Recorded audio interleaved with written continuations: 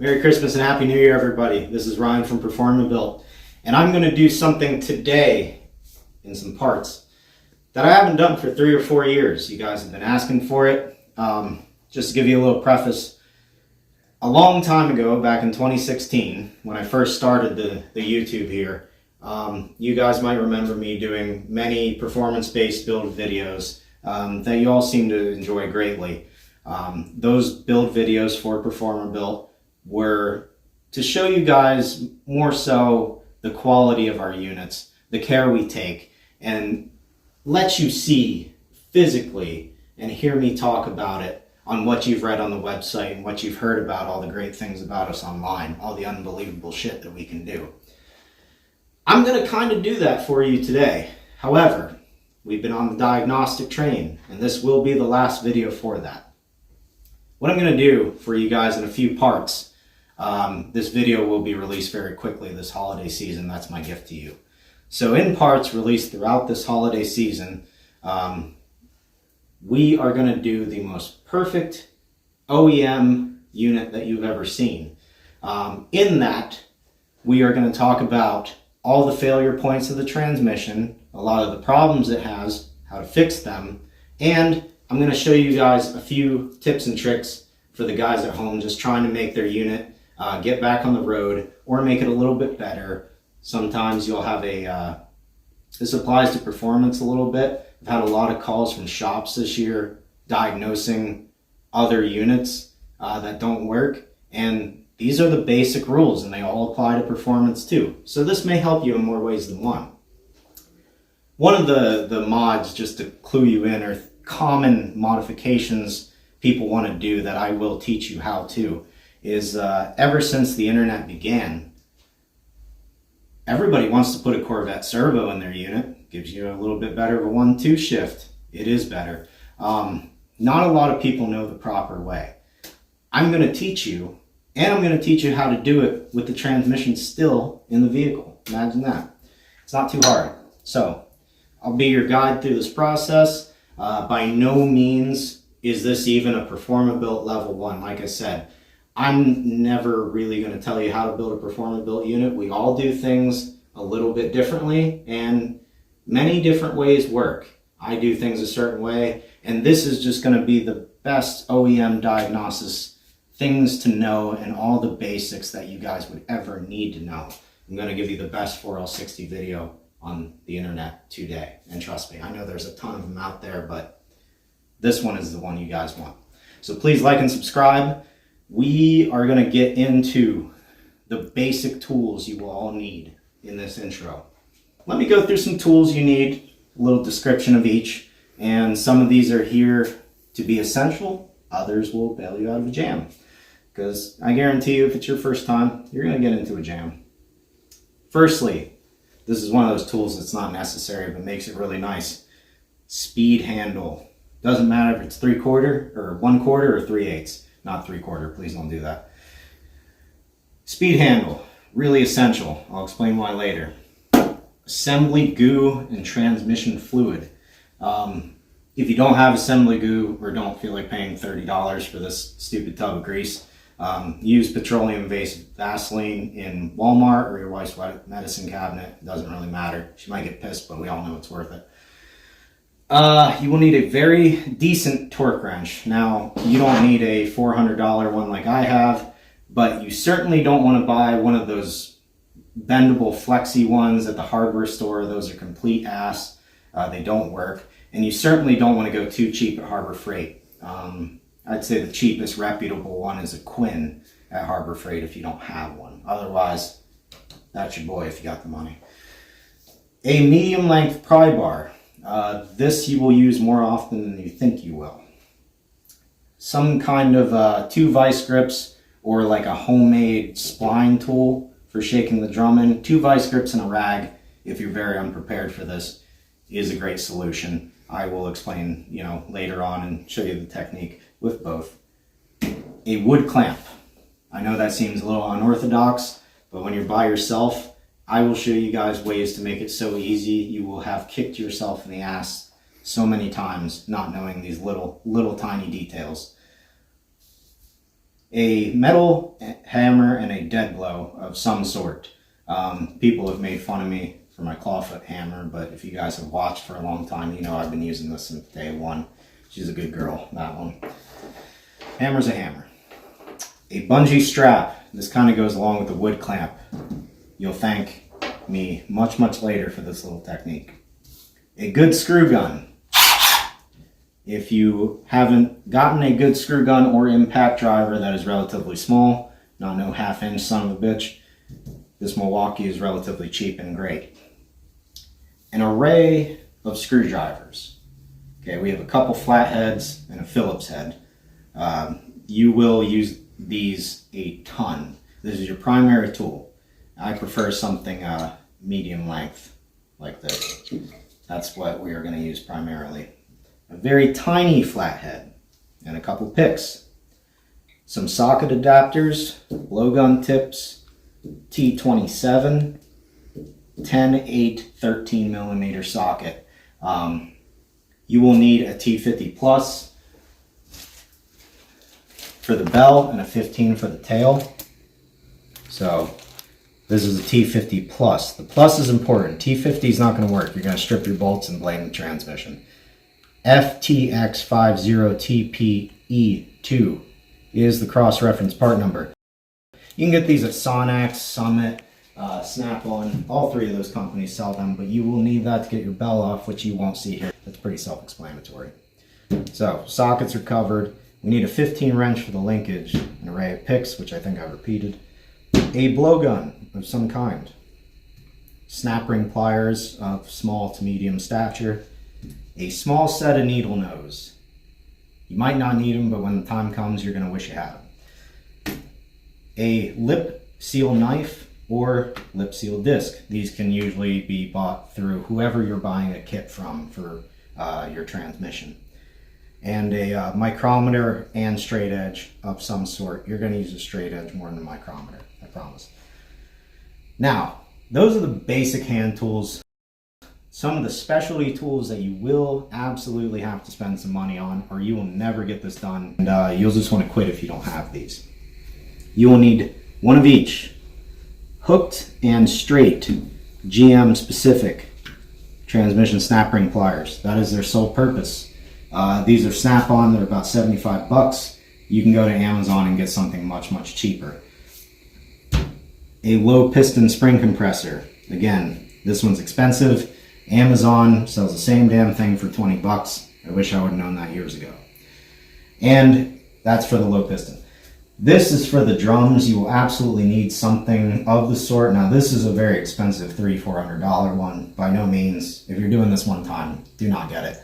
There are handhelds available online that do the similar function to this, but you will need a drum spring compressor for the reverse input and input. And lastly, a shop press. I can't stress how essential a shop press is. If you don't have one or don't feel like spending 100 some bucks, it's probably 200 now because inflation. But Harbor Freight has cheap ones if you're doing it a one-timer and don't have a friend. If you do have a friend, go to your friend. Press your bearings in, or bushings in, I mean. If you're in a pinch, it is possible with a good bushing driver set to gently knock the bushings in, but I do not like that because they will not be great. Unless you're really, really better than me or anybody else that is really fucking good. So, if you're in a pinch, you can get that done. So those, basically, that is all the tools you're going to need. Might seem like a lot, but I promise you it's not. Now, we're going to talk about the case upcoming here in part 1, and I hope you guys enjoy.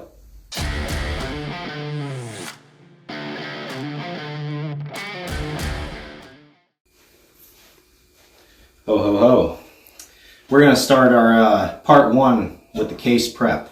And this is probably one of the most biggest things people overlook.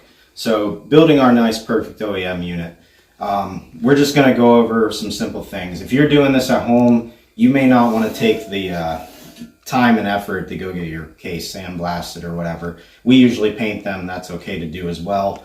Like I said, we're just building a really nice OEM unit. So if you want to get your case blasted, do so. If not, it'll be just fine. We're going to look for a lot of stuff going on here because there is stuff going on here. Most people are going to focus on all the vane work here. That's really not anywhere close to what we even want to look at. You want to inspect for any dings and stuff, but naturally if you've had a failure, you just pulled this thing out, it's very unlikely. So some of the biggest things we want to look at are the orifices in the transmission. There is one here in the fourth accumulator in the case. It's a little brass, very small orifice. That should be free of debris, unclogged, very, very clean. Everything should be clean. Another couple things we want to look at is the check ball down here for reverse, for low. That doesn't necessarily need to be there. There will be a little bit more of a harsh engagement if it isn't. It isn't a make or break thing. So if it's there, you might as well leave it there. If it's not, don't worry about it. A couple of the other things, inspect your park pawl, turn it over. Servo, huge area to look at. This is probably the biggest overlooked thing. So we got a check case capsule and check ball. And we also got a bleed orifice in here, along with the pin bore itself for the servo pin. These, I cannot stress, are a big reason all you guys fail third gear, or maybe even part of it. That check ball has to seal and release. Plugging it is not a great solution. It's very backyard. Don't do that. If it does leak, just put a new check ball in and capsule. It's pretty easy to remove with a 3/8 drill bit. You got to be savvy with it. If you aren't savvy with a drill and a little finesse, find somebody. Otherwise, the bleed orifice is the same as the fourth accumulator. Little tiny brass plug, tiny hole. Make sure it's clean and clear so the blind bleed can vent. Some of the other things just on the side, inspect your thread holes and stuff like that. Make sure there's going to be no aggravation when you're installing it.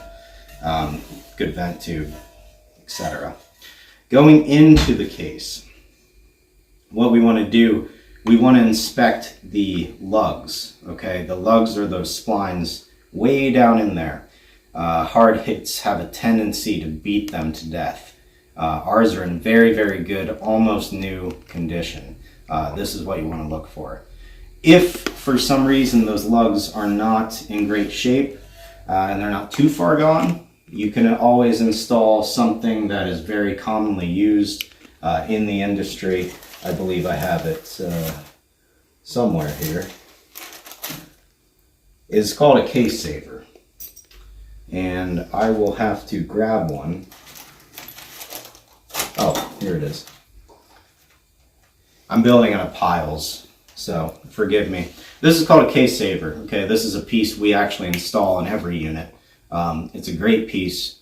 It's been around forever, and it saves your lugs. So there may be a little noise, a clack when you put it into gear. Perfectly normal. It just floats in there. Don't be alarmed. But it's much better than the factory spring clip, which I don't have and I won't be using, but you will encounter that when you take out the low roller.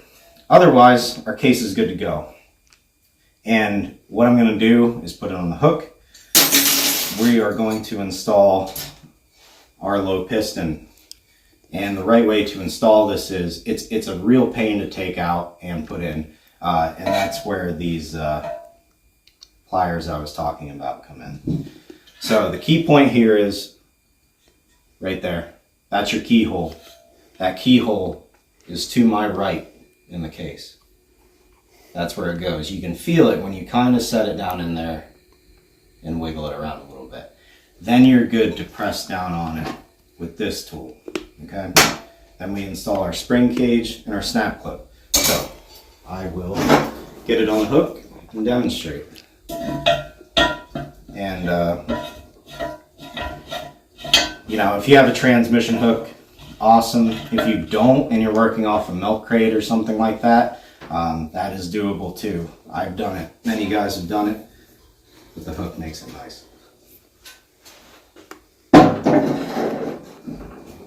Okay. Now, one thing is, don't be shy on some grease. You definitely want to grease each land where each of the 3 seals are going to be pushed down in.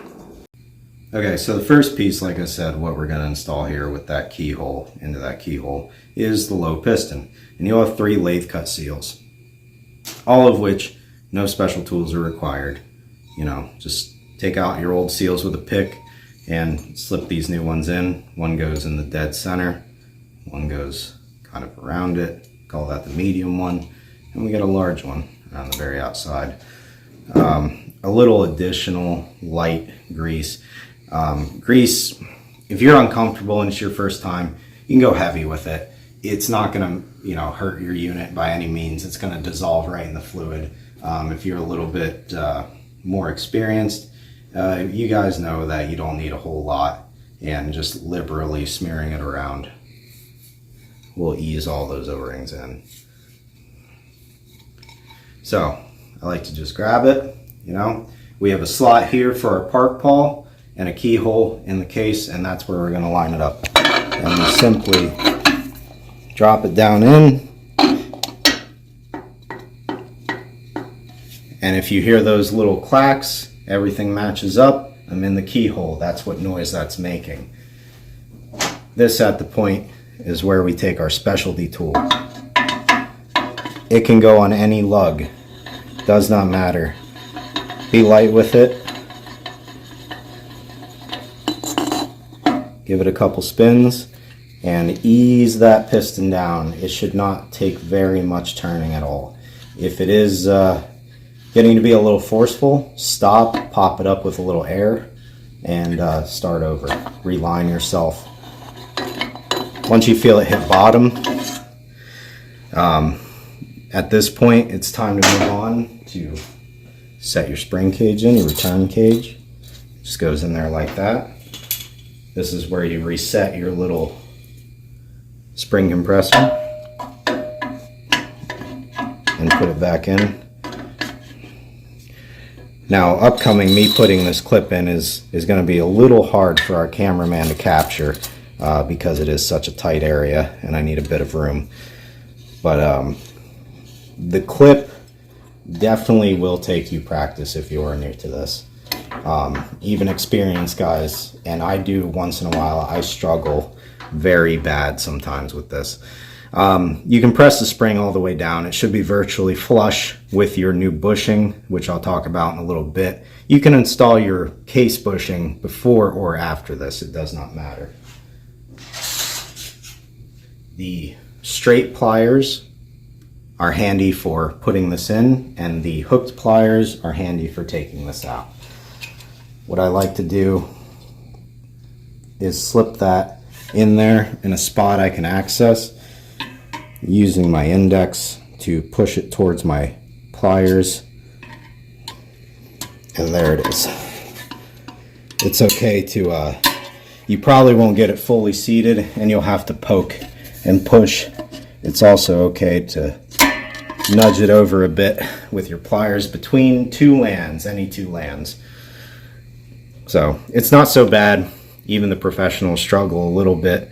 It is a very tough clip to get, especially for a short guy like myself. And all we're going to do is release tension. And there we have a really nice low piston, all refreshed, good to go. And we just make sure your park pawl still moves. You will have to undo your linkage to get that out and in as well. That's why I've had this thing completely stripped. Now moving on, the linkage, we will assemble that. Now right after the low piston, which we just put in, we're going to flip the case like so. And we want to install this manual shaft seal here. And the easiest way I found to install this is just use a 13mm socket to tap it in. It goes this lip side in, cup side out. So we're going to put it here like this, right there, and give it a couple taps to seat it, and then use the base of our 13mm to tap it in, which fits it beautifully. Grabs right around the metal. Should be flush, no bends, nothing like that. Next we install our linkage here, nice and clean. You can push it into the park pawl and it sits just like that. Then we have our linkage shaft. This is for a truck or a GTO. If you have a F body of some kind, Camaro, Firebird, things like that, you will have a shorter one. Don't worry, it's normal. It has to do with the type of shifters the cars run. So we just want a little grease. We don't want to damage that seal. Should be a relatively tight fit. You want to leave it hang out a little bit.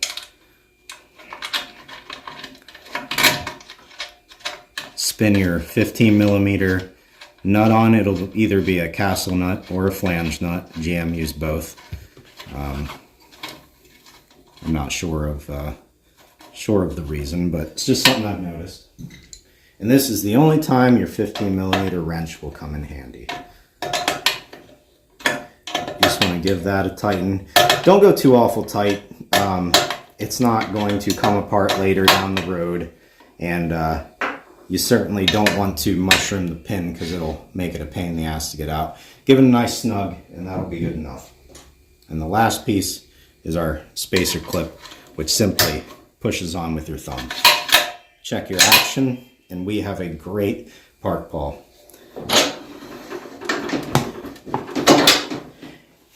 And that is about it for the case. We have our case ready to be built. Our rear bushings in, which, you know, that's something that should be done either before or after the low piston. Low piston's in, proper sealing, and we have our linkage shaft all sealed up. And that's all it takes to prep a case. As you can see, it's a bushing, piston, couple seals, and your linkage shaft, and a proper inspection.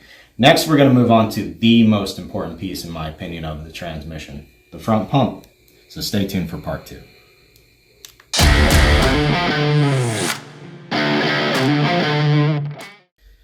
Welcome to part 2. And in part 2, we're going over probably the most important piece in the unit, and probably overlooked as well, the front pump. And this is where all your pressure comes from. And pressure is a very, very important part of an automatic transmission. Before we get into it, let's talk about some of the failure points. In the last video, we talked about the case, and it's very rare to have a failure point other than an orifice or a check ball, and maybe a driveline problem if you blow the whole fucking back out of the case. And trust me, if you blow the back out, that's all it's ever going to be. Drive shaft, U-joints, you know, follow it back. The pump is a very big leading cause of failure due to lack of pressure usually. Some of the things that will cause low pressure due to a pump is a bad pump build itself. O-rings are not replaced. Slide is wrong size. Converter spacing, faulty flex plate, things like that tend to collide in here, and it doesn't like that very much. Steel and aluminum are not good friends at high speeds. The infamous 1870 TCC PWM type codes.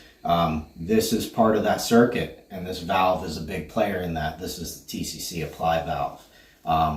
For the guys at home, Sonex does make one with a Teflon seal, and it usually seals up that worn out bore from days long gone. Because don't forget, guys, these are 30 years old now.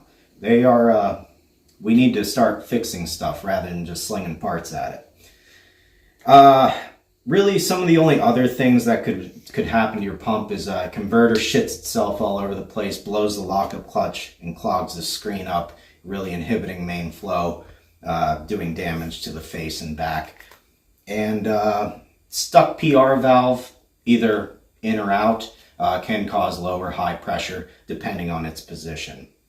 So those are really some of the more simple things that can happen to your pump. And the main symptom overall in all those explanations is going to be, I have extremely low pressure, or my pressure is not where it ought to be.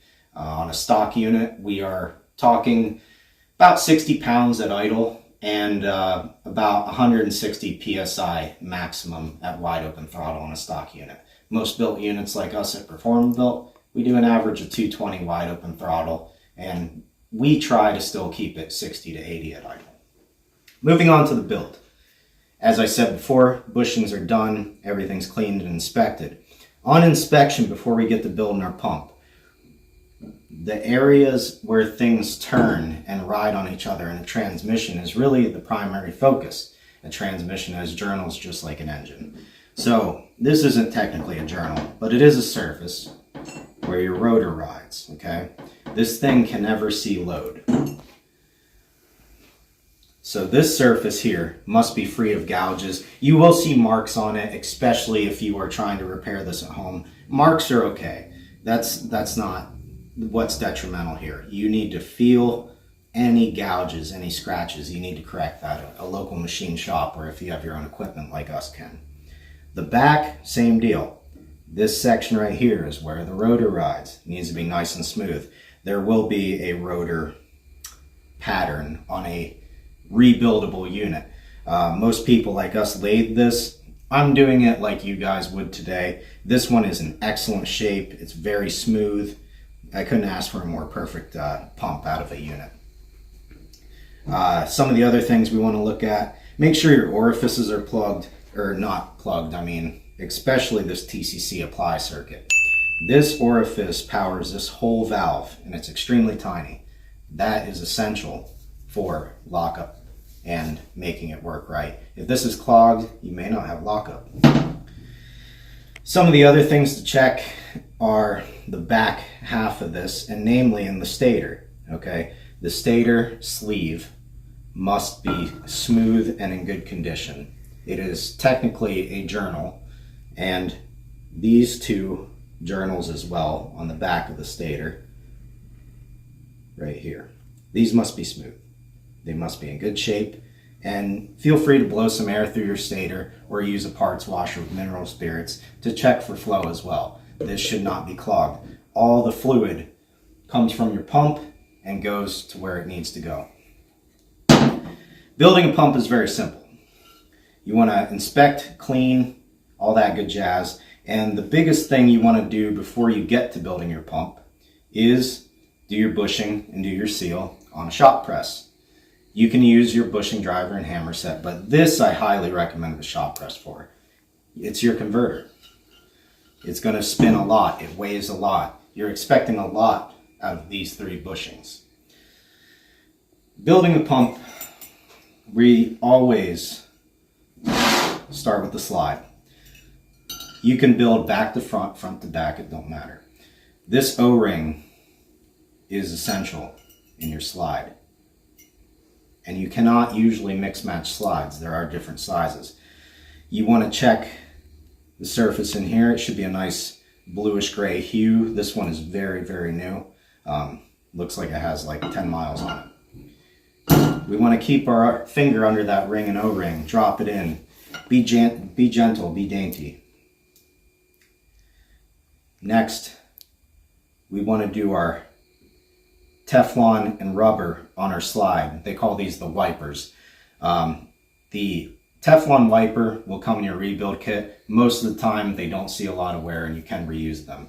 However, the black rubber should be replaced every single time. They tend to get flat and they do not last near as long as the Teflon. We want rubber side in, Teflon out. We don't want the rubber rubbing or wiping, as they would call it. We want the Teflon wiping. And that orientation has to be just like that.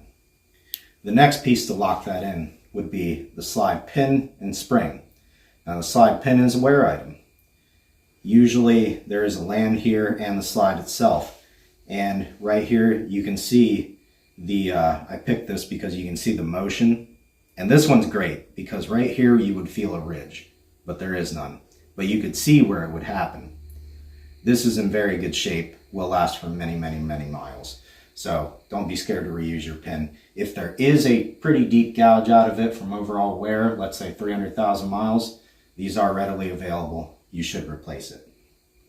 You want to squeeze that rubber and Teflon together and drop in your spring and pin. It should slide just so.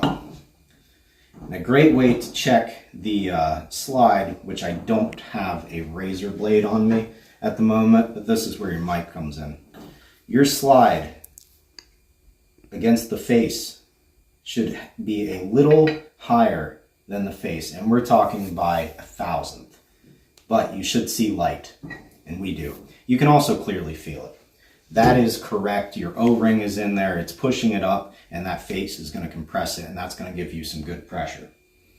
The next thing I'd like to do is the rotor. Now, this only goes in one way. It's got your rotor guard teeth here, your rotor guide, and that only goes in one way as well.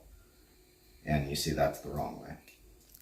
So it's either or, but it just sets in there. You want to pay attention to here. Now this is a new rotor, but in here, as in my previous videos, this is where we can see where your old spacing was or if your flex plate is over flexing. Something to pay attention for, especially if you've broken your pump and that's why you're rebuilding your unit. So, rotors don't break by themselves. I've said it 1,000 times. I'm saying it again. We're going to put our ring in here. This is just what I find easiest. Mic fell off. Just a consequence here. That's what I found easiest. Then we take our finger, thumb, and we lay that washer right in the center of that ring. At this point in time, we take our vanes. Now these are not cheap, believe it or not. Most of them are in pretty good shape, especially if you've taken good care of your unit. These are fantastic. They're almost new. I do suggest replacing them if they have seen a lot of miles. Now, all we're going to do is slide these down in there. They should go in very, very easily. If they're not going in easily, you may be contacting that ring down below, where your rotor might really not be straight and in good shape because cast can still warp, and that's what these are made out of. Tip from me to everyone is if you are having trouble with your bottom ring down there, take like your little screwdriver or a pick and very gently just move it along, but you can usually do that with your vanes. Now, I'm using a 13 vane rotor. I find those to be the best. It's my preference. Some guys really like to use 10. It's like the Ford and Chevy argument. They'll say it's stronger and this and that. It may be, but it's not enough to really, really matter. So don't overcomplicate this, and that's the biggest lesson I could teach you about building transmissions. Don't make it too complicated, and please don't listen to what everybody says. The last thing next to our little ring, and you can tell you've done everything right, as this actually ought to be a little bit of a pain to get in. And there should be a tiny bit of play, but it should be fairly tight. The last thing we want to do is our spring. There are a little bit better ones out there. I like to use the ones from the 4L65 and 70. They're conical and single. If you have a double spring, which most of you will, it's perfectly fine for a daily driver and mild performance application. These, in my opinion, I use these in well over 1,000 horsepower, and they've done me good. So, how I do this is with your flathead, medium size that I like, and I push it up against my belly. I push the slide back, and I use the flat part, and just my thumb easer in there. It should be buttery smooth, and if you're new, this thing may actually fly up and hit you in the face, but that's okay. Keep trying, and be persistent. You'll get good at it someday. To help prime this thing, a 4L80 and 400, they're gear driven. These are very different pumps. 4L80, 400, they have no room for error and they need grease. These are vane type pumps, 204R, 700R4, 6L80. These 4L60 like we're working on today, same type of pump. 13 vanes even in your 6L. We want to throw some tranny oil in there. That's all we want to do. And it should be very nice. Minimal noise, very smooth, and the fluid should come up. We're done with our pump face. We're going to set that aside, and we're going to move on to the backing. Now the backing, this is where your valve train comes in the pump. And we have 3 different types of valve. You've got your boost valve, you got your PR valve, and you got your TCC apply valve. Those I talked about a little earlier. The TCC apply, No use modding it. You can put a better sealing one in there. That's your preference. It'll have a double or a single spring that sits in the cup. I have an earlier style valve, and for your guys' reference, the nipple goes on the springs, which, try to do this backwards and clearly for you all for camera's sake, goes in just like that. Okay. Then we're going to take our little retainer and our snap ring clip. And this, you got to forgive me because there's no way I am that coordinated to, but it's a fairly simple process. There we go. And it's going to go pretty far down in there.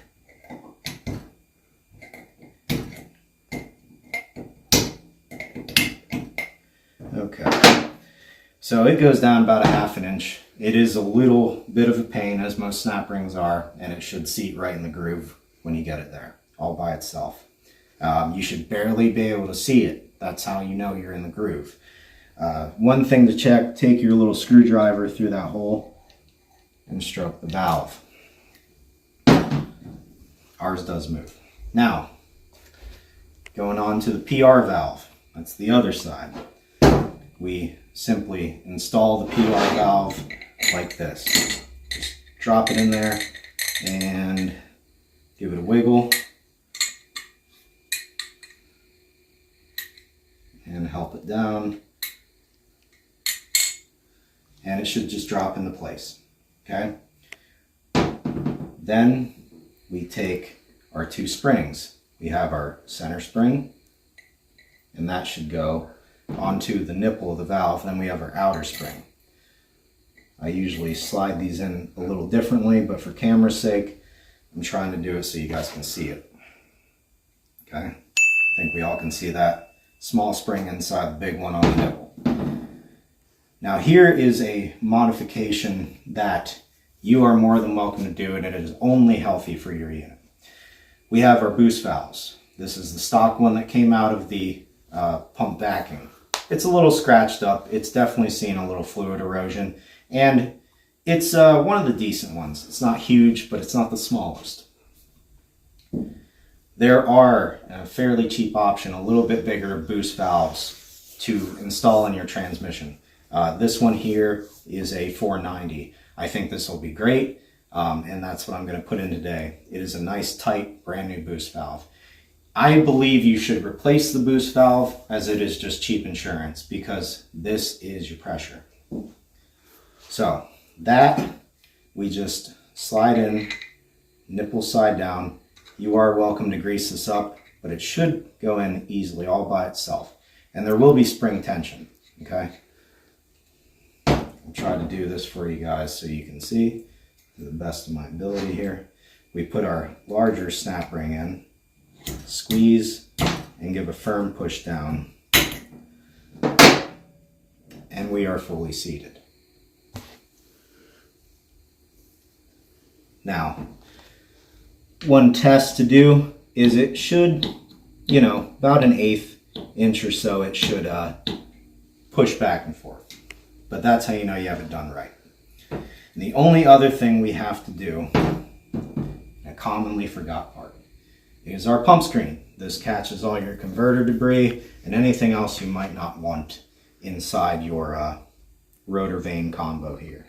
And that just simply slides in and pops right in. All we have left is to make the two halves, and there is lining up the pump, which is a very important detail, but we're actually going to move that to the assembly section because it's much easier to show and do, and that's when you guys would do it anyway. But for now, the trick to mating your halves together is have a hole somewhere and pick a spot. The spot I like to use is the square right here. So we have a square right here.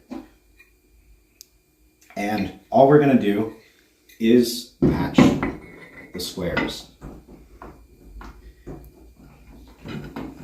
And your bolt holes are your bolt holes. They're going to they can't move in any way, so this is really only going to fit one way anyway.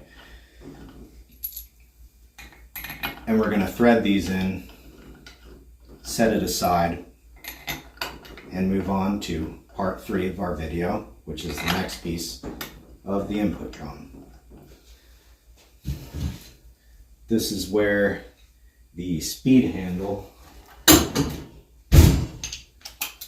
kind of comes into play. Kind of makes it easier. Most people are going to jump the gun and ask me why I'm not using an impact right now. You definitely don't want to at the moment. There's more to do, and you don't want the bolts tight for lining up the pump.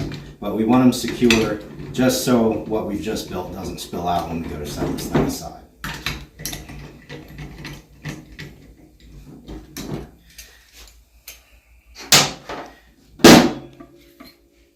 And there you have it.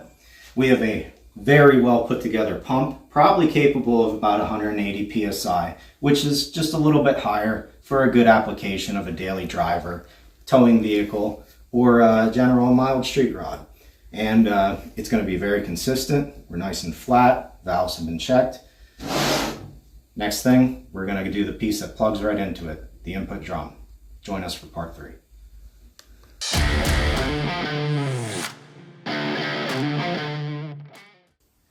Welcome to part 3 of our series on how to build a good OEM unit here. Right now we're going to talk about the reverse input drum. We've done the case, the pump, and this is the next piece down the train to the bottom. This is going to be second, fourth, and reverse, and some of the failure points on this would be if you have a 2/4 slip or 2/4 that's not working properly. These would be part of the equation in that gigantic maze of fluid and all those actions that are going on. So this would be the part that will fail along with the band here in the 2 and 4. The reason why is the reverse input drum, this surface houses the band, okay? Think of the drum as a steel and the band as a clutch. So we're using an OEM band because this is what the factory included. A good mod, you're more than welcome to use a wide band. Every performance guide does. It is a great modification, part improvement for a stock unit. But there is a big but. As you can see, this band does not utilize the full surface. With miles and time, this drum surface will become concave. Okay? It'll swoop the center inward, and therefore will not utilize the whole surface of the band if you put a wide one on, because these two sides have been untouched. What we need to do is take our straight edge, our mic, and we need to just make sure this is perfectly flat if we're going to use a wide band. And it's a great idea to make sure it's very, very flat when using an OEM band as well. So you should not be able to see light. It should be very flush. Try not to get up against the weld. Nothing rides there. It is okay to get your drum machined with just a few thousandths off. 1 to 3 thousandths is going to equate to a whole lot in the circumference of the actual drum. So you can't cut 5 off. You can't cut 10 off, but you certainly can resurface these to a degree. Otherwise, if it's in that bad of condition, buy a brand new one. They are expensive, but you do need it. Now, there's other things that cause a 2/4 to fail, such as the shift solenoid itself for the 1/2, the servo assembly, general area of that will cause it to fail, pressure leaks, insufficient clearance. Those are things we'll get into later on the assembly of the video and valve body section as well. Another thing you want to keep in mind with this drum, these tabs should not be flared out at all. And they should be in good shape. These grab the sun gear.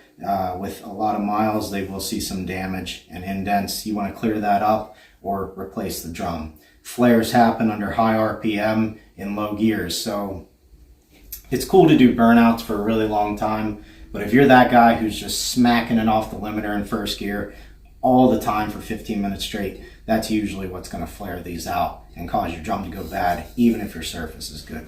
So things to keep in mind when assembling this piece. Another thing, inspect your piston. This is just aluminum. It can crack. It's very rare, but it is possible. So if you lose reverse, this is a potential culprit or blowing out a lip seal. Assembly, we're going to put the band aside. And this piece is quite simple, but takes a little bit of finesse and skill because you are primarily going to be using the lip seal disc or lip seal knife, whatever your preference is. This is for beginners. We do our bushings, very, very, very important, okay? And you must be gentle with these bushings. Too fast is too bad. You'll never get the pump in or you'll clip the rings on the backside. So both these bushings and every bushing, I can't stress enough, in your unit is probably the biggest mod you can do. So first thing we're going to do, and I'll try to do this for you guys to better see. We just want to run a bit of grease around that outside and a bit of grease around this inside. You don't got to use an awful ton, but if you are a little bit rougher of a person, you may want to use a little extra than me. Again, grease will not hurt your unit. It will dissolve. Now we take our piston. We have fluid pushing on the bottom, applying the clutches. So the rule of the lip seal is seal towards the fluid.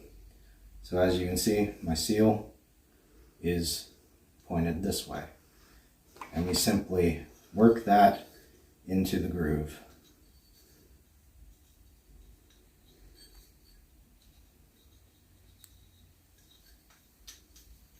And just give it a once around, press it in, and this is how we look, okay?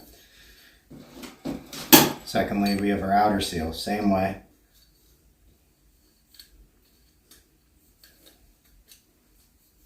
Give it a once around, and this is what we look like. That way the fluid cannot overextend the lip seal. You put it on the other way, fluid just blows by it. Now what we want to do is, you'll probably have a little remainder of grease on your finger. Just put a little around it because you will want some lubrication for that disc. And this part is all about feeling, 100% of it.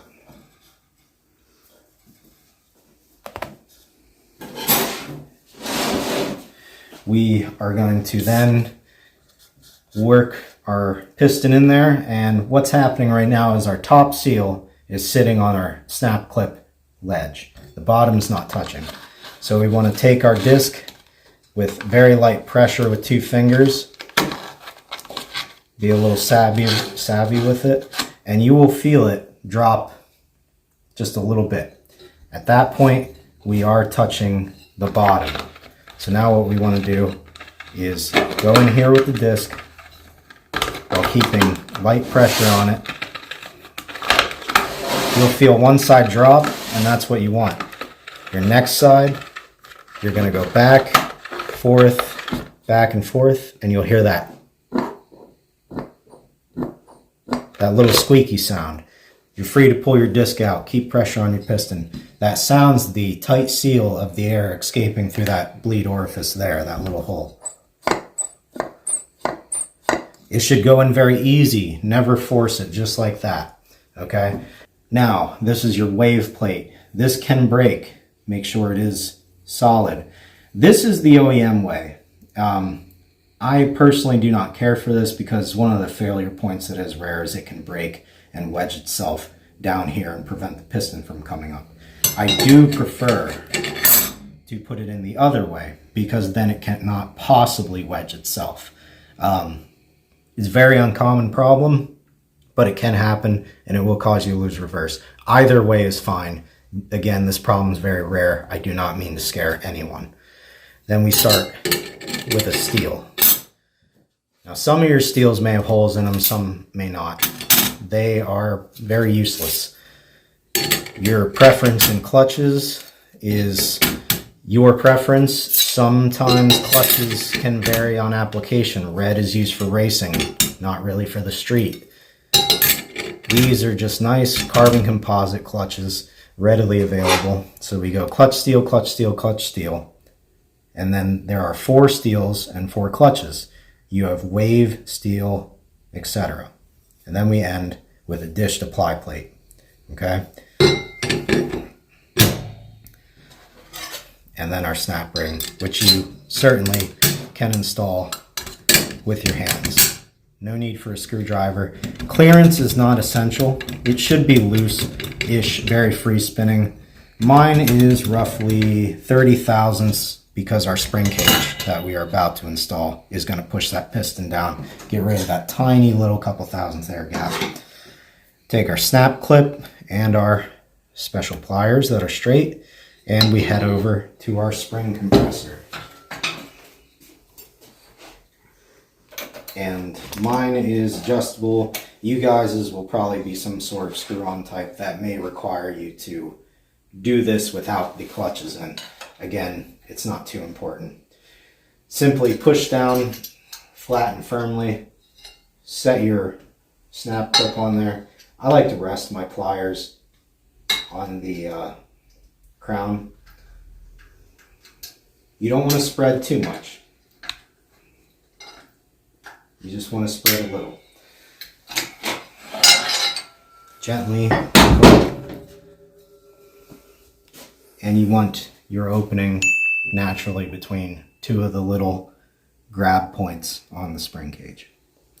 And there you have it. That is our completed, beautiful reverse input drum, ready to go in the unit. We're now going to put this reverse drum aside. There wasn't a whole lot to talk about here. It's a very simplistic piece. And we're going to move on to the input drum. That's where the bulk of the transmission begins. Stay tuned for part 4.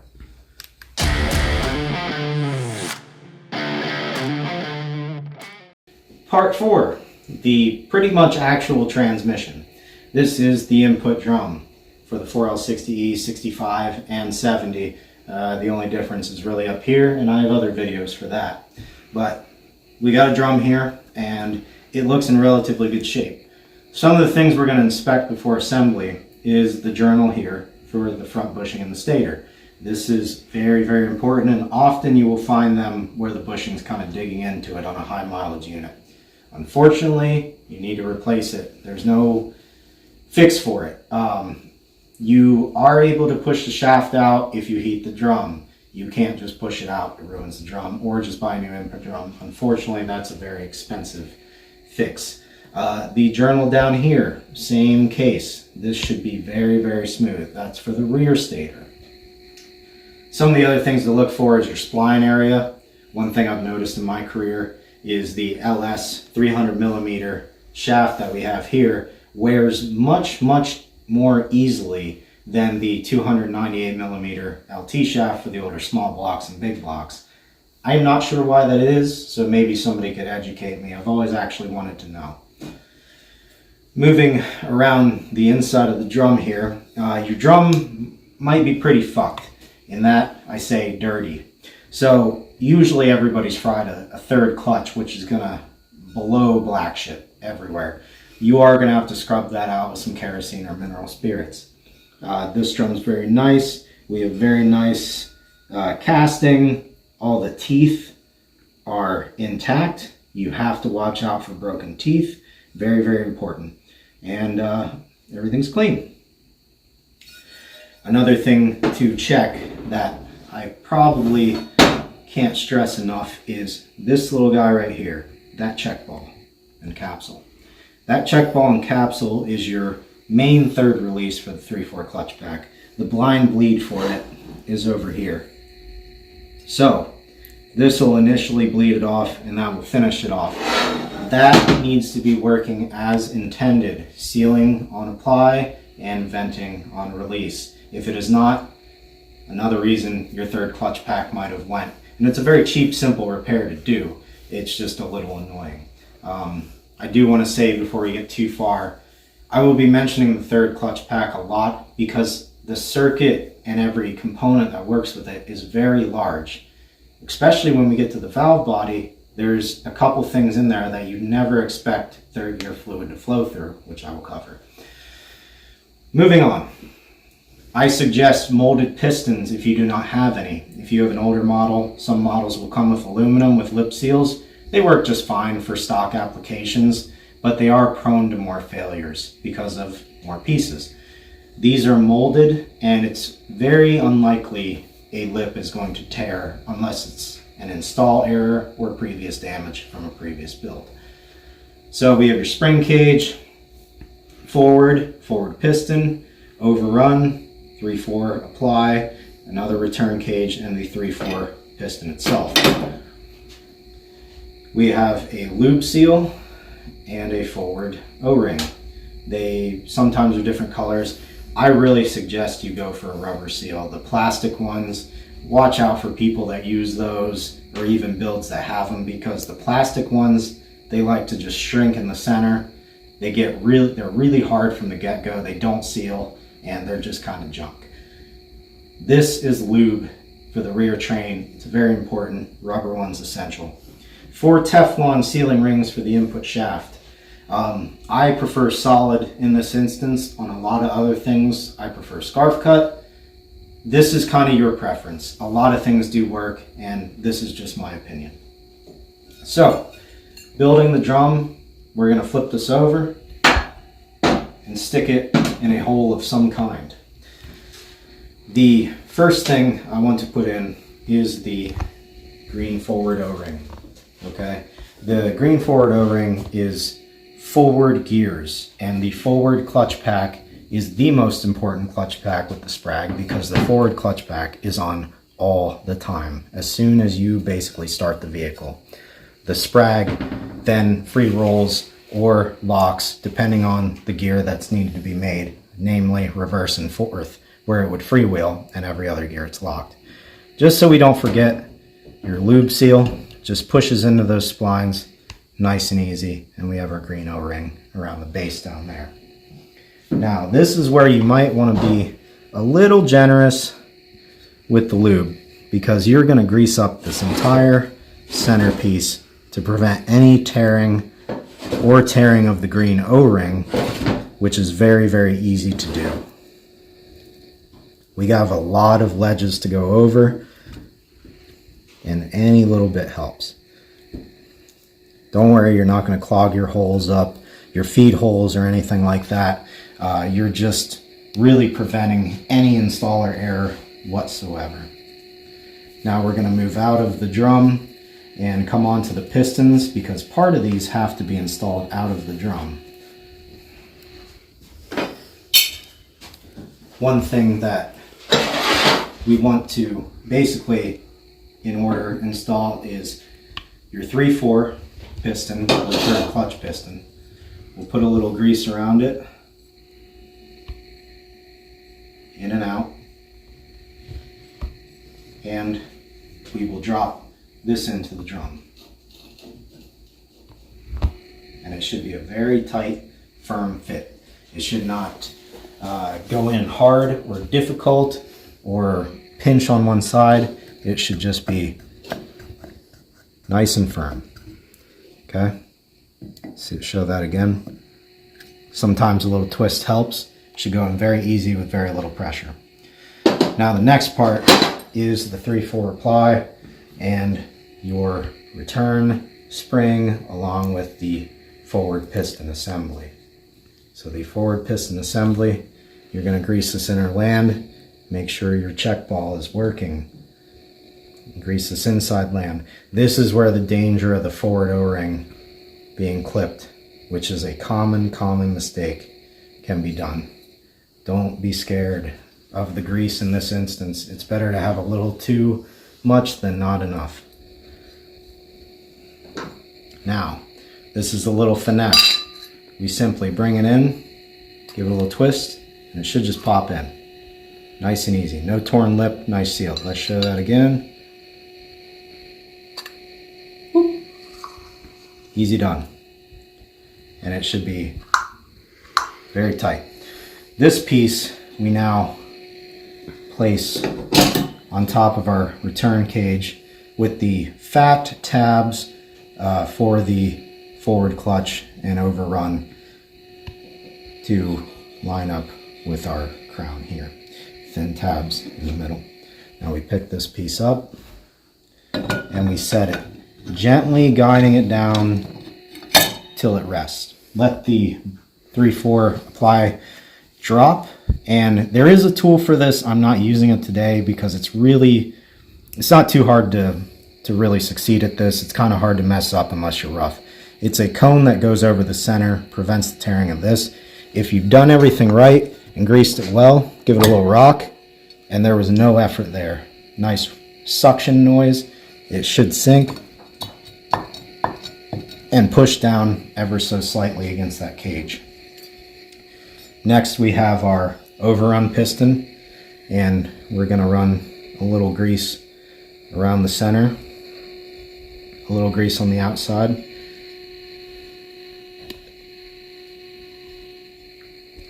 and a little grease inside the forward piston. While I'm greasing this up and getting prepared to drop in, I'll go over a little. If you lose third gear, could have a blown piston down here, unlikely. Forward O-ring tearing at all, or blowing out that piston or losing a check ball, that can affect a lot of gears over time. Forward is the main player. The other gears will take up compensation but will not last long. And then we have the overrun engine braking piston, which the easiest thing to do here is use the bevel, get both your hands in there, rock it and twist it, and it should just drop in pretty much all by itself, and you'll hear that good suction noise. I was dragging the forward up on that, but that's all right. That is our piston assembly. Then we have our spring cage, our return cage, and our clip. This clip's important. Make sure it is not spread out too much. It should be about the thickness of your index finger. And when you're putting it in and taking it out, try not to ruin it. If you do, you must get a new one. Now we go over to the spring compressor, and this is pretty much the last time we'll use that. Alright, so we're basically doing the same thing as we've done before with the reverse drum. You know, just place your clip in the center, kind of where you can get to it. Trying to be the best I can be for you guys right now. Give it a firm push down. Don't push too hard, don't bend the cage. This clip is a little challenging. Use your index finger in the rear to help get it down. And you may have to give it a push, but as you can see, it's sunk right in. You're more than welcome to turn it. And there you have it. Assembled drum opening is between the locking tabs. Very, very important. And now we're going to move on to installing the clutches. On to assembly of the actual clutch packs in the input drum. We have the pistons that apply them, and we're going to find out very shortly how well we did when we go air check. Now, the first thing I want to get out of the way, and that you should want to too, because it's one of the first pieces that goes in right after a few clutches, is the forward sprag. Very important piece, and a great upgrade for this would be a dual cage sprag. Very available, very strong, very good. Made by BorgWarner. You can get it anywhere. We're going to just use an OEM one today. Like I said, this is fine if it isn't broken for a daily driver application or something similar. This will work. For a mild street rod, you may want to step up to a dual cage or a heavy hauling truck. Today, we're just using this because we're thinking of the guy at home here. The forward sprag is super important. You lose all gears, or can only go backward, or can only go forward. This might be your common problem. This might have shattered, locked, or clean rolled.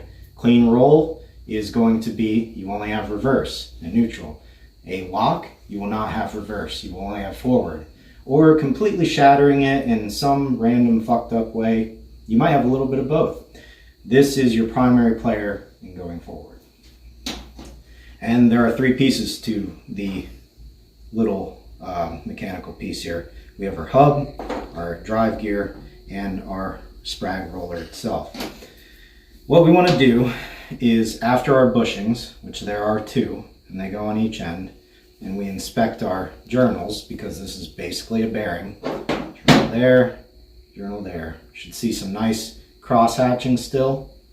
Very nice. We want a little assembly grease.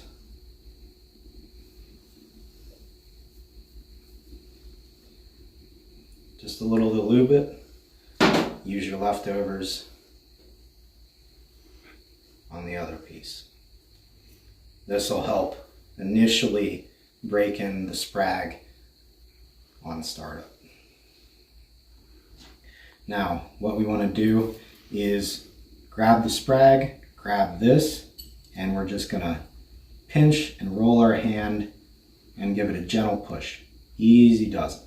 Okay? And these are directional, and I will explain that in a minute. You'll know if you did it right when I get to the actual assembly of it. We're going to set that aside, and we're going to place one of our races on there. We're then going to take our sprag with our hand on our other side, and this is all technique, and we're going to twist it in. Very, very gently. And these are very hard to tell. The dual cages are much easier to tell. But I, in fact, did put it in backwards that first time. You'll know if you put it in backwards as well, because what should be is you should be able to push and roll it back and twist it in. On the front side, this should lock, turning this drive gear only, should lock both. It should free spin counterclockwise for reverse and lock clockwise. This is how you know you've done it right. If you've done it in reverse, you will definitely know it because you will not go forward. Then we put our other race on, our hub, and our snap ring. Position does not matter. Try to keep it between the 2 points. So, to recap, free spin counter, locking clockwise. This is correct. Now we set that aside, we're almost ready to put that in. Sprag bearing coming over to the input drum for the rest of this assembly. We have our sprag bearing, and that simply gets placed right on top of that lube seal. Go ahead and throw a little transmission oil on there if you are building a new unit. If you're not, you might as well anyway. It's good to always have lube. Now, we have 2 overrun steels, an overrun apply, and 2 overrun clutches. This is the orientation. Overrun steel, also known as engine braking. Overrun clutch, overrun clutch, and overrun apply. Now is the point with our bearing and those clutches in, we shake this sprag past those 2 clutches. Very easy to do, and you definitely don't want to try it with the next set we're putting in. It will take you quite a while. This is our forward clutch pack. This is on all the time, and we start with a wave plate. It's the only wave in the input drum, and then a steel. That cushion plate should be there, or you will have a very hard engagement from park to drive or park to reverse. It can break. I've never really seen it happen, but if you have a hard engagement from P to D, that possibly could be the problem. And then we follow up with a clutch. Again, your clutches are your preference, and I just can't stress enough, we all love fancy red clutches. Red's supposed to be awesome, but red is actually for drag racing only. It's not a great clutch for the street. There are 5 steels, 5 clutches. It is possible to fit 6 like I have, but it's very, very difficult to do, and I don't recommend it unless you're doing a trans brake like we do. And then we end with a forward apply plate. Now, if you've done this correctly and you fit 5 clutches, 5 steels, 1 wave, and 1 apply plate with the sprag, this should be relatively flush with that first set of lugs. And this is your snap ring for it. This is the smaller of the 2, and it's very thick and fat. You want this between teeth in an open spot. You never want a snap ring on the edge of a tooth. Simply push that down in there with your fingers, help guide it, and all we're going to do is pry it in place. This doesn't take a lot of effort. Don't be afraid of busting the lugs off. That just doesn't happen. Move your sprag around, shake it, everything should seat, and you should have a fairly good clearance, probably about 20 thousandths to 30 thousandths. That is a beautiful, beautiful forward clutch pack, nice and tight. Our sprag works as intended, forward, reverse, and will perform as it should. Now the big one, third clutch. There are so many ways to do a third clutch. I am doing it the OEM way / I'm giving you a seventh, like some of the better built ones that have been behind heavier trucks, or even the old police packages, they had a seventh clutch.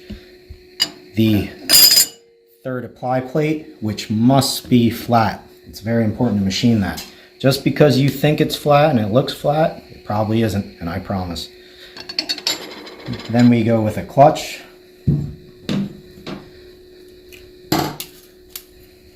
And a steel.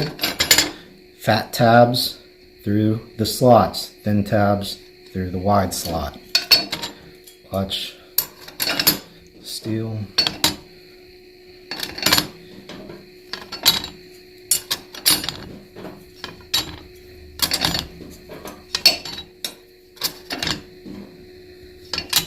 Okay, that is 7. It is very doable to fit 8, which is what we do, but it is not really recommended. 7 is available in most kits, and it is perfectly fine. Now, I haven't pre-done this clearance for once. I kind of did it on the fly, and this is exactly what you're going to be looking for. If you've done this right with a good clearance, and what I've used is, I believe, 6 steels, 2 apply plates, and 7 clutches. My clearance is going to be very good, probably 20 thousandths. It's flush with our teeth, just like forward. That's just a little trick and a little tip from me to you. We take this off and we get to see what our clearance is really like. Do not neglect these. The OEM way is putting them in the other way. I like to do it this way. I think it is just a little bit better. They operate the same way. The apply plates squish together and these push them apart. Not too critical. Some people leave them out. I disagree with it. It prevents centrifuge. When you're in other gears, this drum's still turning, and it's going to apply those clutches ever so slightly and burn them slowly over time. These help prevent that. Watch out for cores that do not have them in it, or builds that do not use them. Now we put our snap ring in. Again, very important to stay away from the teeth. Little finger work, give a push down, use your thumbs, push with your wrist. And my little screwdriver can do the rest of the job. Now, what we've got here, as you can see, is a gorgeous, gorgeous clearance.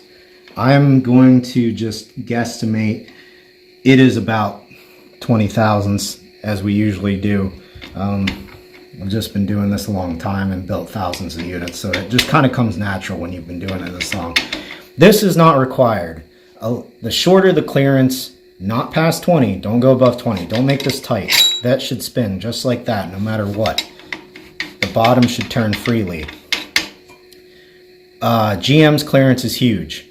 I don't even remember what the number is, but I think it's around 80 thousandths. That's massive. That causes the scarring and premature wear of your clutches and really poor quality shift timing. Try to minimize the gap. 40 thousandths, if that's all you can get, that's more than acceptable. You've over 50% made that better than what GM did. 20 is very ideal and absolutely gorgeous. You can just see that little thump. So I just want to marvel at that a minute, soak it in, make sure that's what you got. Now, we're going to finish it off by air checking our drum and putting on our sealing rings. And then the input drum is complete. So what I want to do, we'll talk about air checking for a second. This lets you know if you've screwed up a seal or didn't do something quite right, namely tearing something. What you want is a little transmission fluid around the base and around your check ball area. Ignore the blind bleed, air is going to come out of there anyway. The first hole, overrun, air is going to shoot out the forward hole behind me, and it does. Forward should hold pressure. Should sound just like that. Real good tight seal. Third clutch will bleed a little bit, but it should be relatively firm and solid. That's the sound of the blind bleed. That's a nice seal. No fluid or air coming out this check ball, and no air bubbles coming out around that shaft. Extremely, extremely critical, guys. Air coming around that shaft, big no bueno. That means the center is going to strip out and you will stop moving the same instance as you would, losing the forward sprag.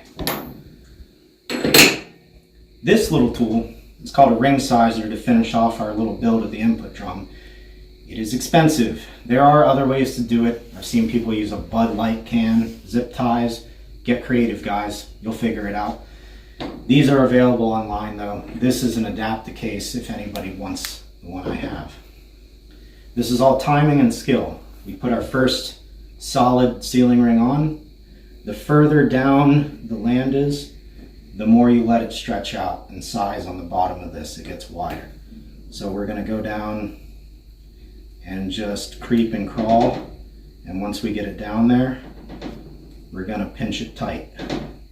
Help it size in. Now, what I recommend beginners do is do one at a time, not all four. So once you got it sized pretty good, slowly but firmly put your sizer on. Do not force it. You should have a nice size sealing ring like that. Now we go on to the third one. We're going to use a little less time and we're going to go down and just crab walk it to its little home. Pinch, and we'll do, and you should go down on that fourth one, etc., etc., etc., etc. There's my stutter, progressively as you go. Now I'm just going to do the last two because I'm like just a little bit impatient. Pinch, first one, no time at all, just slip that sucker on there. Pinch. Sometimes you need to move the ring and adjust it. If you're doing it like I am right now, be leery. Be ready to pull up so you don't smash another ring when it pops. There you have it. All that's left is a cherry on top. This is your end play washer. This is a 69. We have a selection usually from 67 to 72. End play is not too critical in the 60 like it is the other units. End play washer, I flipped the bearing. We're not going to talk about that today. It's not something I encourage other people to do because there's a reason behind it. This is the OEM way. It sits right on top right there. And there you have it, guys. The input drum is tight, sealed, functioning. It's got a primo clearance, which is what I want you guys to strive for. And we're ready to move on to something you guys have been waiting for me to do forever, the valve body. Then we're going to assemble up next.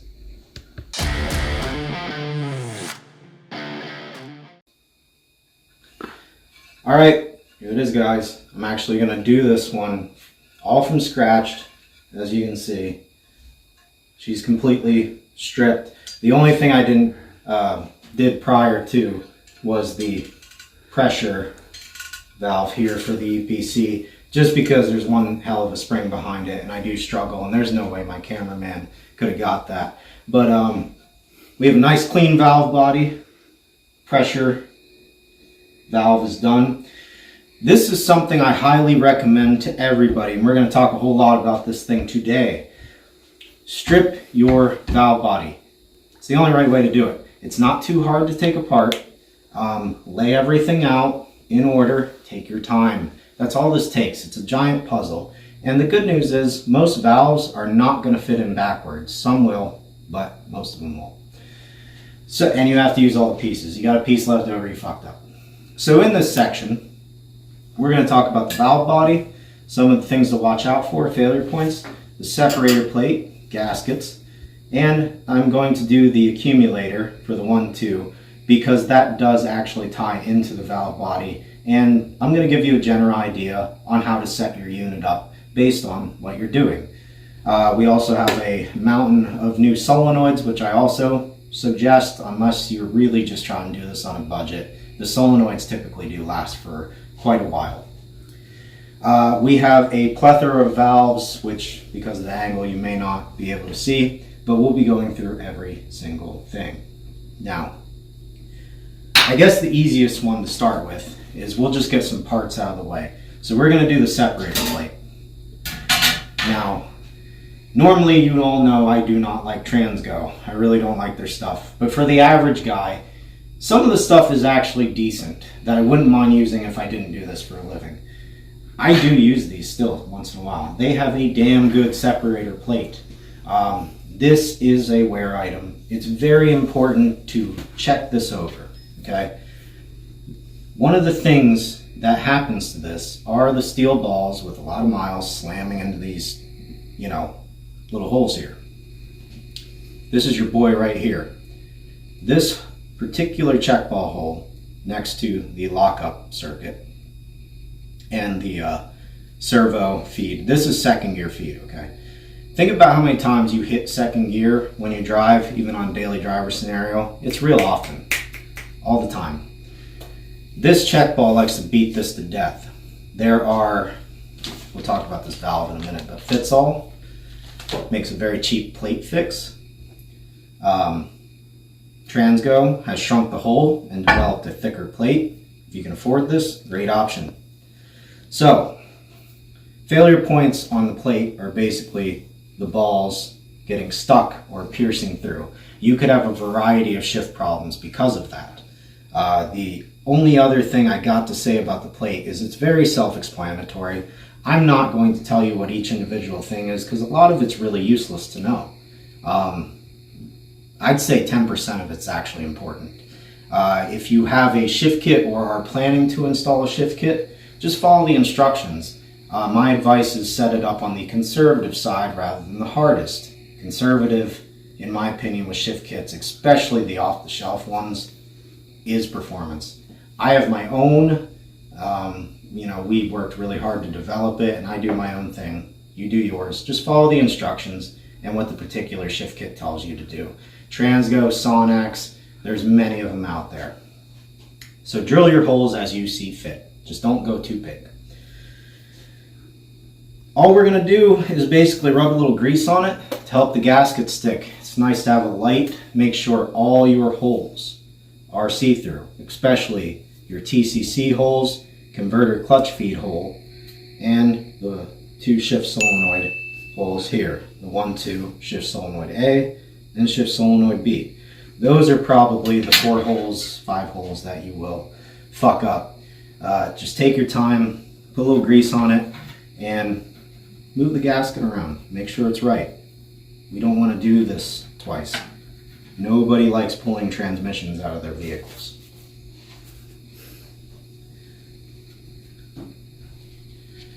These are OEM screens before we put the gasket on. These are not essential. It's not going to make or break your unit, but I do like them. They do tend to keep your solenoids a little cleaner and could prevent a no-shift problem due to a solenoid clogging up. This is your shift solenoid screen. This is your EPC screen. This one likes to collapse. I suggest putting a small spring or Transgo's piece to keep it from collapsing under pressure. Just a little tip there. Little details, guys. This particular EPC screen goes on this side through the bottom. So your plate is going to lay like this on the transmission, and that's going to go through the bottom. And it's just going to clip in, it won't fall out. The shift solenoid one will go near the shift solenoids. Now this one is a little bit harder to get in, but you just ease it in, and I may need to flip this over and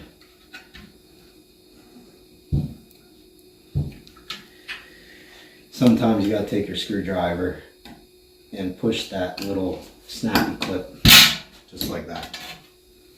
So that's what that should look like. That's the bottom of it. Now, these gaskets are labeled CV and VB. CA or CV, whatever the hell it was. This goes on your case side. This is your valve body side, VB. Do not mix them up. That is a whole nother set of problems. So the side we just greased is the valve body side. And I'm not doing a shift kit today because we're just going to assume we are a daily driver and we just want to get back on the road. Maybe we fucked our pump up or something. Improper spacing. Now we smear the back side, and how you'll know it's the back side is the round 1-2 accumulator will be facing your right, which on camera it probably looks like my left. I'm not sure how the man's shooting me right now,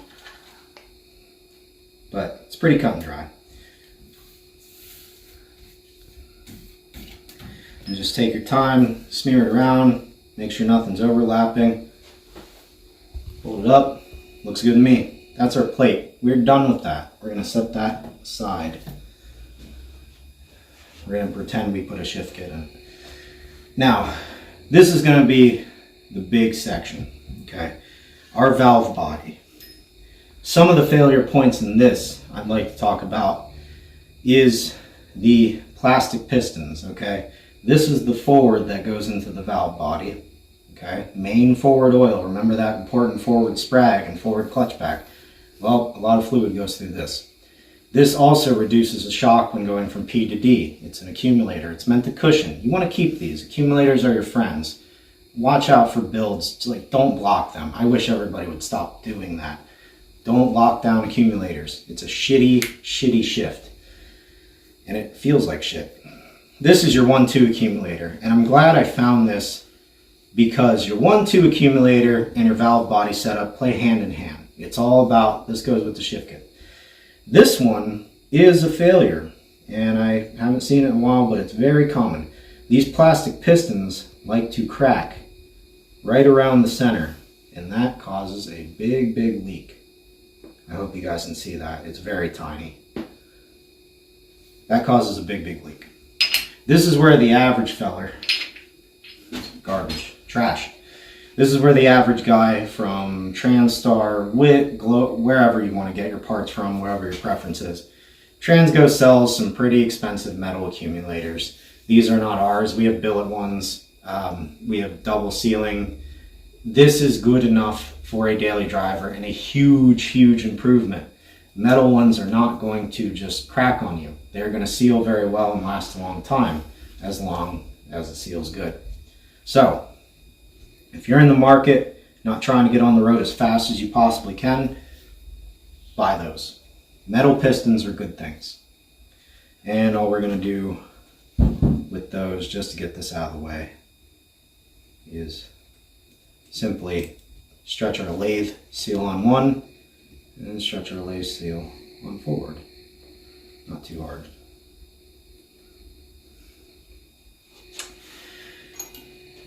We're going to do our 1-2 accumulator. Now we should have a general idea of how we're going to set up our transmission for what we are building the vehicle for, or just daily driving in general.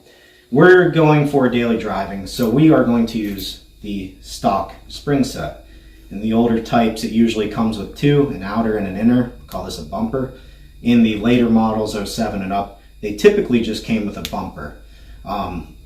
You can change the 1-2 shift feel just by adjusting these springs quite a bit.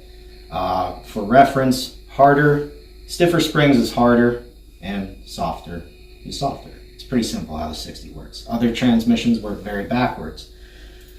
All we're going to do in this instance should be the only two springs in your parts pile that you have that are this size. You're going to drop the center spring, if you have one, around the center, and the outer around that center spring.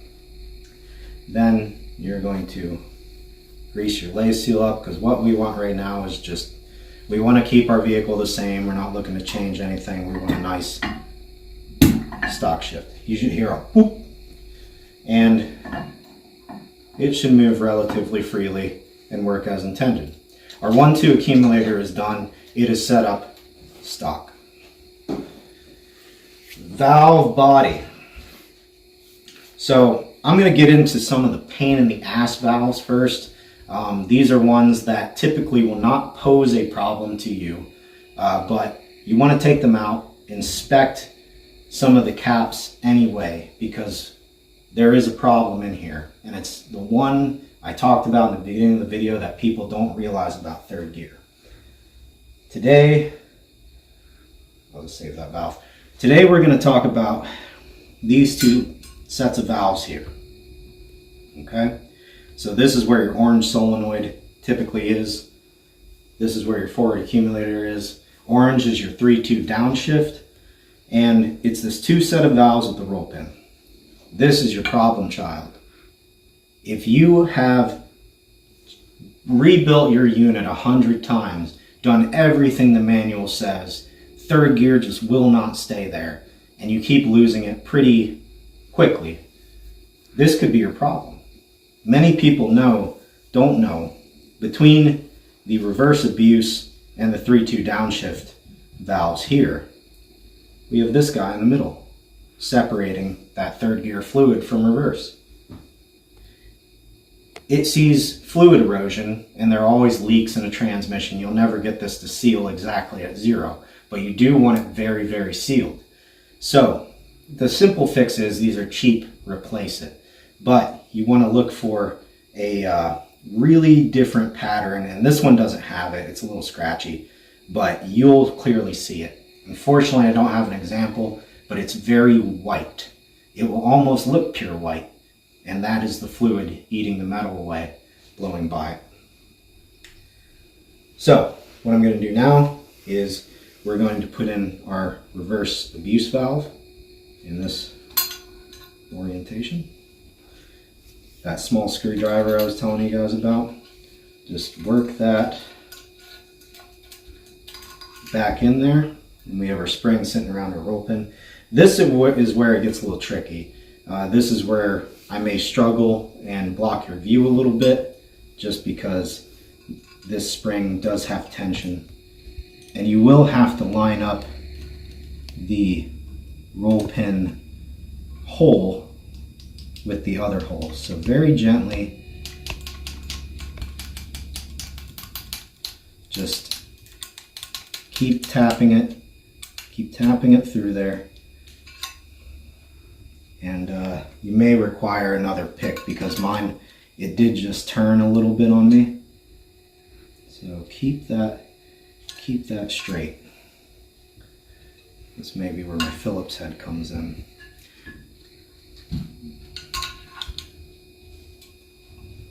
Okay, we have it pushed back. Now we're going to do is grab our roll pin. I think I'm off just a wee bit.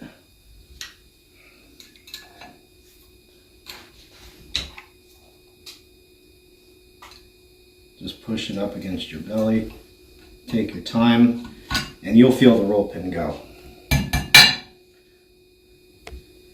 That's in. The next valve is your 3-2 sequence here. And I don't think I mixed them up. Forgive me if I did. I am thinking about a whole lot right now. And we're just gonna ease that in. All these valves should be a very, very, I don't want to say tight, but good fitting valve. There should be no slop. The bore and the valve, typically I think they have like something like 300 thousandths of space for a little bit of oil, but it isn't much. Space does need to be there. So we want to push that valve right up against the cap, put our purple and yellow spring in. If it's not purple and yellow, that's okay. You know, sometimes they're old. Make sure your springs are in good condition. If not, replace them. Springs are extremely important in an automatic. Something not a lot of companies do. They just reuse them. A lot of people neglect them. These little details make or break it. This is another example. And actually this is one I wanted to show you on the cap we just put in. This is the end plug. You'll have several of these. This white stuff right here is where the fluid has been eroding it. Now this is okay because this is normal. You're gonna see this half eroding. That means the other half's blocking it, keeping it from escaping out. Awesome, that's what we wanna see. Or these plugs are cheap, buy them. So we're gonna put that back in. Should be firm as well. We have a clip. And bingo, assembly complete and replaced plug. Third gear phantom problem that literally is so overlooked when you've done everything else could be corrected. Something to watch out for on that unit you've just been chasing. Next valve we're going to do, very simple. It is the fourth gear 3/4 upshift, and it goes in this orientation here. Spring against the cap once again. So that will just go in there, and we'll put, inspect your cap again. I did previously. These are all really great looking. You may run into a cap that's kind of tight like I am right now. Doesn't quite want to go. And these caps are kind of fitted, so I may have grabbed one. Yep. Okay, done. Won't have a problem with that valve typically. That one, he's pretty good. Doesn't act up. This one is one you will have a problem with, possibly. Won't downshift 4 to 3. Potentially, I've seen upshift problems with it into 3 and 4, even though I don't quite understand how that's working quite yet. I'm still learning too, guys. This is your pilot and your 3/4 or 4/3 sequence valve. The pilot, not this guy so much. These springs get weak. Always inspect that. They should be in good condition. The pilot valve, this guy is the one that likes to get stuck. That's something to check. Make sure he has no scratches, nothing like that, hasn't torn up the bore. Heavy steel valves and aluminum really don't mix. So this one is just going to go in this orientation here. And then we are going to put the valve here in.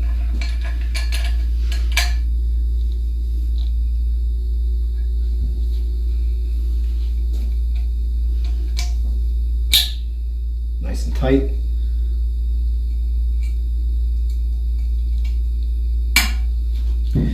And this is a good time, just go ahead and double check your work. Take your screwdriver, poke your valves back and forth. Make sure they return to where they are supposed to at their resting position at the end. Next thing, we're going to do the infamous PWM. Now, I'm going to put this back in the stock way. However, and the stock way goes like so. This slot here, 4 slot over, and this valve will go that way. One of the fixes, and you will have to buy different ones pending your model year, this would be in the category of 96 up. This is a TCC fix-it valve. This one's from 1995 to 2000. This is something to where you can slip this in, it has a bunch of O-rings on, and you would remove this valve and this spring and keep the backside. This almost always fixes any leaky bore right here and immediately turns the PWM into a much better functioning, no pulse system. So we're gonna say we are 80 years old and we want that slip and lock up because I don't wanna feel it. So we're gonna put this PWM valve That is the late style back in the way we took it out. Many guys do lockdown PWM. That is okay to do. What you don't want is a leaky valve bore in this instance at all. You might be chasing a pump when it's really this is the lockup circuit. That is bad on you. So any TCC codes along with that pump right here. I did a whole video on that as well. And as soon as I find a cap, we're going to put our end cap back in, inspect it, and boom. These clips don't matter if you put them in this way or the other way either. It's just a directional thing. I'm putting them in the stock way. If you're a guy that wants quick access to your valves without dropping a valve body, and if you can fish them out of there, if you're good enough, go put them on the other side. It don't hurt. And I'm going to wait for this because it's going to fall out. This is your 3-2 downshift valve that goes here, but I know I'm going to turn this around and flip it, so we'll do that at the end. It's going to fall right out of there. Same with the manual valve. Now, we're moving on to your shift valves, your second accumulator valve, your EPC slot, shift solenoids, and the forward piston, and the manual valve over here with the tensioner and all that. This is probably the area that most guys are going to focus on, in the problem area, the valve body. If your forward pistons is cracked, you can have all kinds of problems. Forward fluid is the main fluid, like I said before.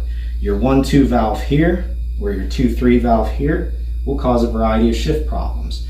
I've done a diagnosis video on shift solenoids, which I encourage you to check out, but you will usually throw a code for these as well.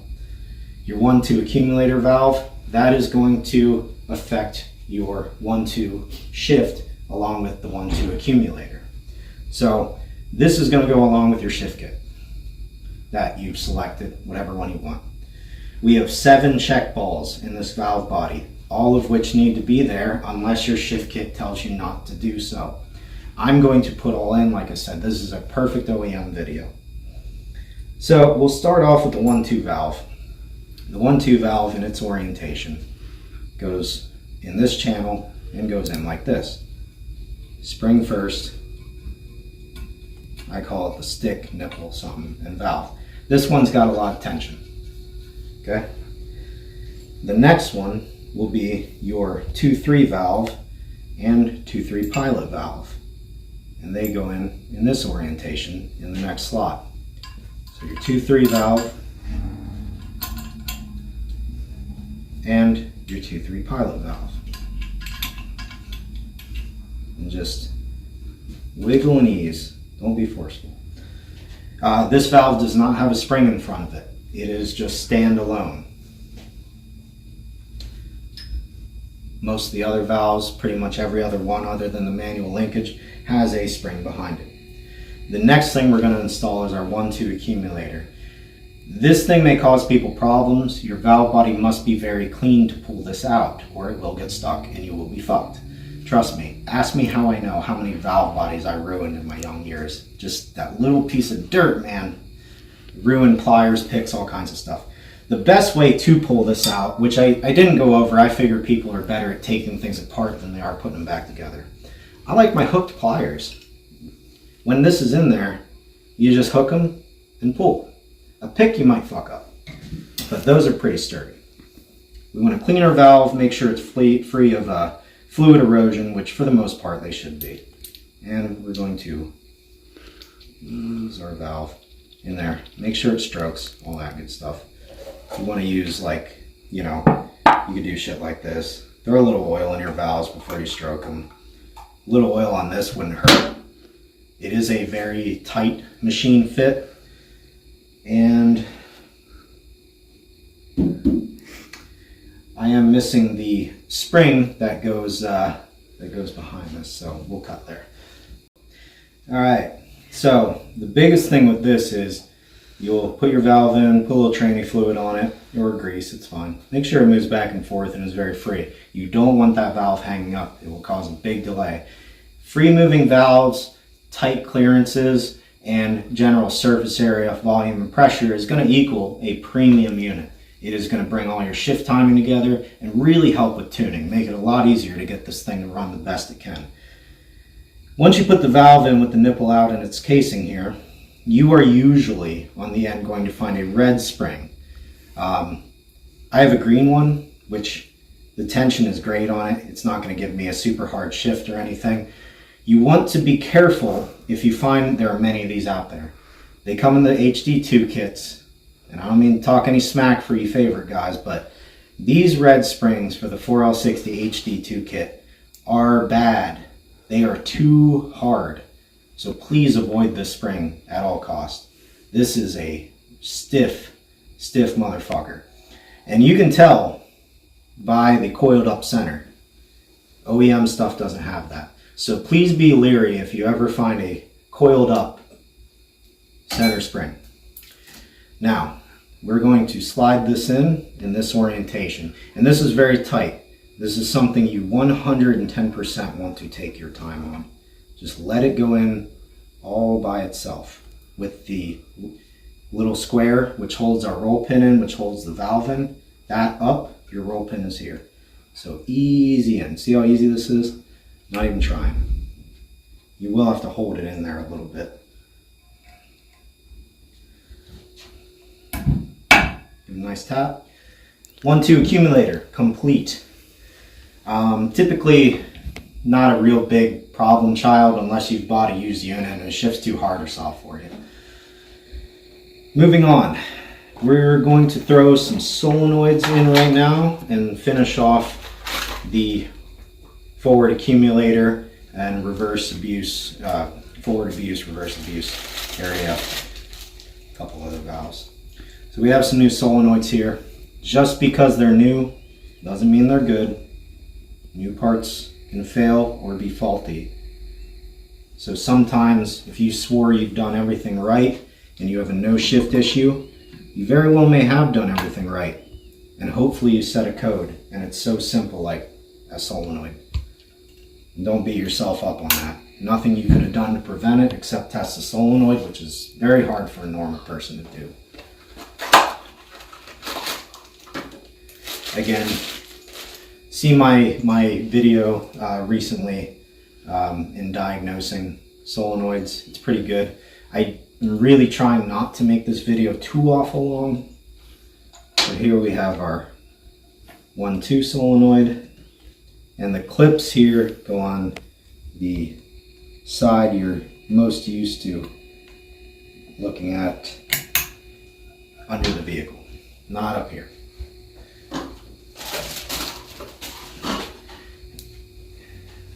And now we will put in our EPC. EPC is pressure control solenoid. It operates in 5 steps and kind of mitigates the pump. The pump's just going to pump, EPC meters it. Let's just say that. I try to explain things in a very simple way. For the tech heads that or builders out there that just I'm not giving enough, you guys know enough. Read a book. You'll figure it out. You know, I'm here for the average Joe, and I don't need any, you know, don't gotta earn any respect from nobody. The EPC is going to correlate directly to this plug on your harness. You may have one of 2 types. You'll have a blade type or a prong type, and you'll have a plug type. Plug types later, prong types earlier. So you can kind of go that based on here. I have both here today. Oh, that's a new one of those. I have one here somewhere. That feels like it. It's heavy. Heavy solenoid. This can go bad if you have low pressure.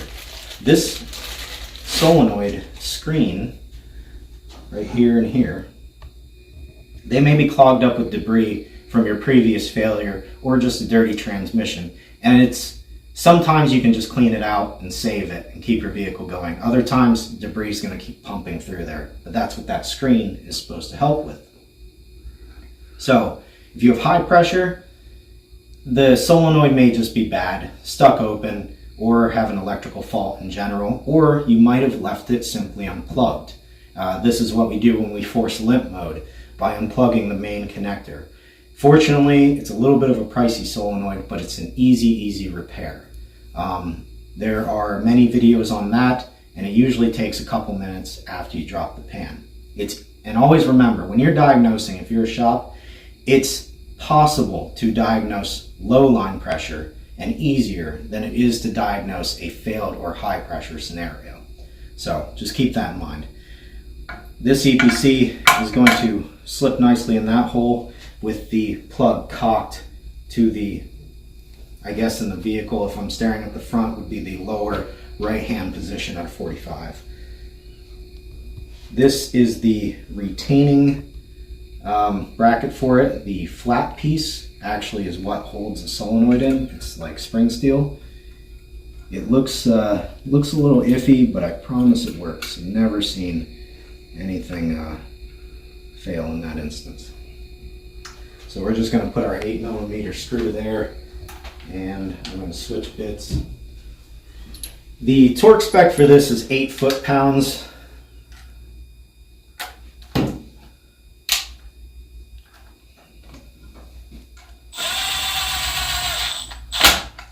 And that goes with all the other bolts on the valve body as well.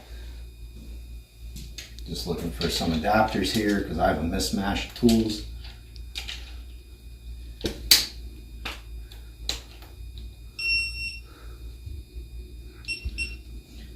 And this might be a little difficult, but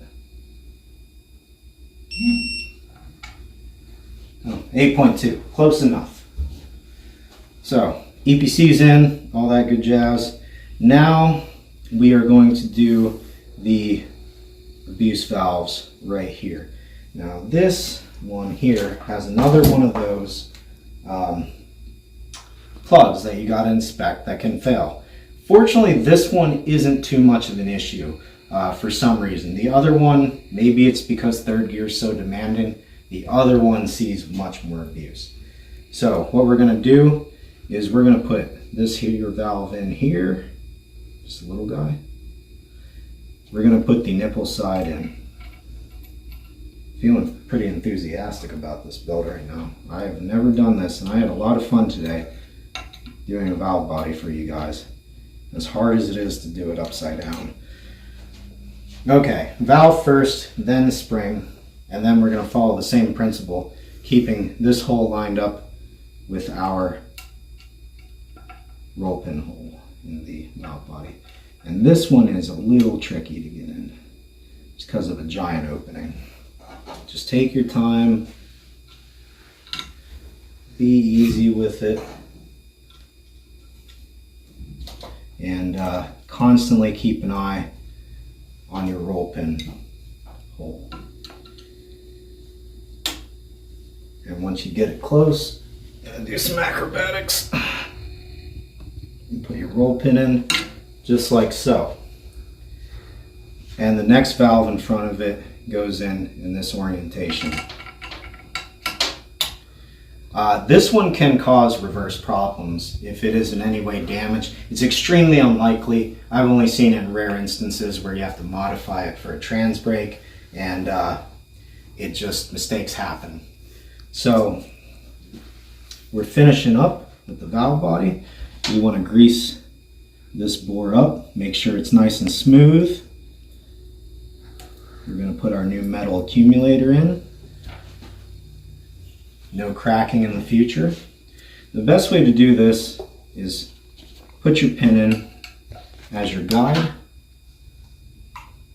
The piston, unlike the 1-2 accumulator, will go in like this first with the cup side out. Just give a firm push. It should make a nice thump noise, slide in very easily, and then we put our abuse spring in there, along with this green return spring there. Then quite simply, the cap goes on like this,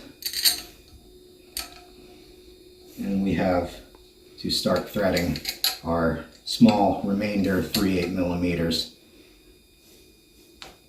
into the holes. And again, forgive me, this is really difficult upside down. Okay. These, quite simply, just gonna run them in with an impact gun, very, very gently. No ugga-duggas, boys. I know it's funny, but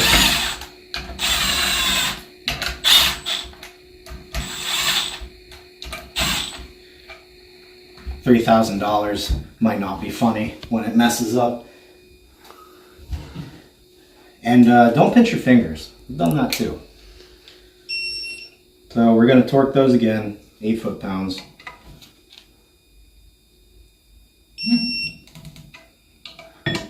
If you go 9, it's okay.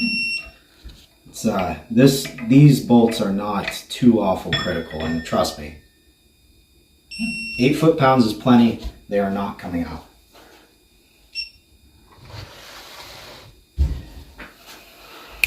All that's left is, you guys would scream if you saw the piles of stuff that's just I'm working through here. But right now I'm gathering up my balls.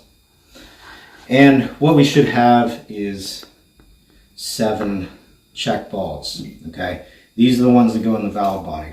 We have one in the bathtub here, one here. This is for engine braking primarily. Be careful about this one. It can fall off into your manual linkage shaft and actually stop it. It's the only one capable of doing harm. And we have third and your second gear. There you have it. 1, 2, 3, 4, 5, 6, 7. You take a still shot, pause the video if you're a little confused, but each has a little divot and a cube. Now, to help you guys do this, if you are building and placing the valve body down, smash some grease in there. Don't be scared of it. Just put a wad, smear it. Make sure it's in there, because trust me, it will dissolve. You do not want this falling out on your garage floor, not seeing it, and then bolting this up. It's a laundry list of problems. Now, you don't gotta be the Incredible Hulk with this stuff, but you definitely have to make sure it's in there. So just be liberal, be generous.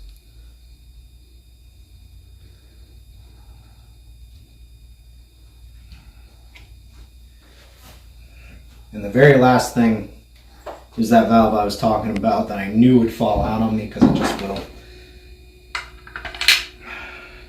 That guy goes right here.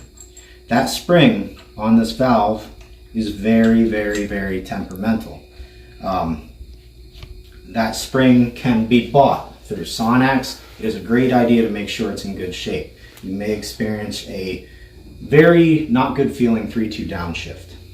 So if you're experiencing a very weird 3-2 downshift, your fluid's not burn up, and you obviously have looked, it's not the band, shit's not all over the pan, chances are it's your valve body. A lot of shift issues come from this. So if you have a shift issue and even a TCC issue, sometimes a pressure issue. Take a look at the valve body.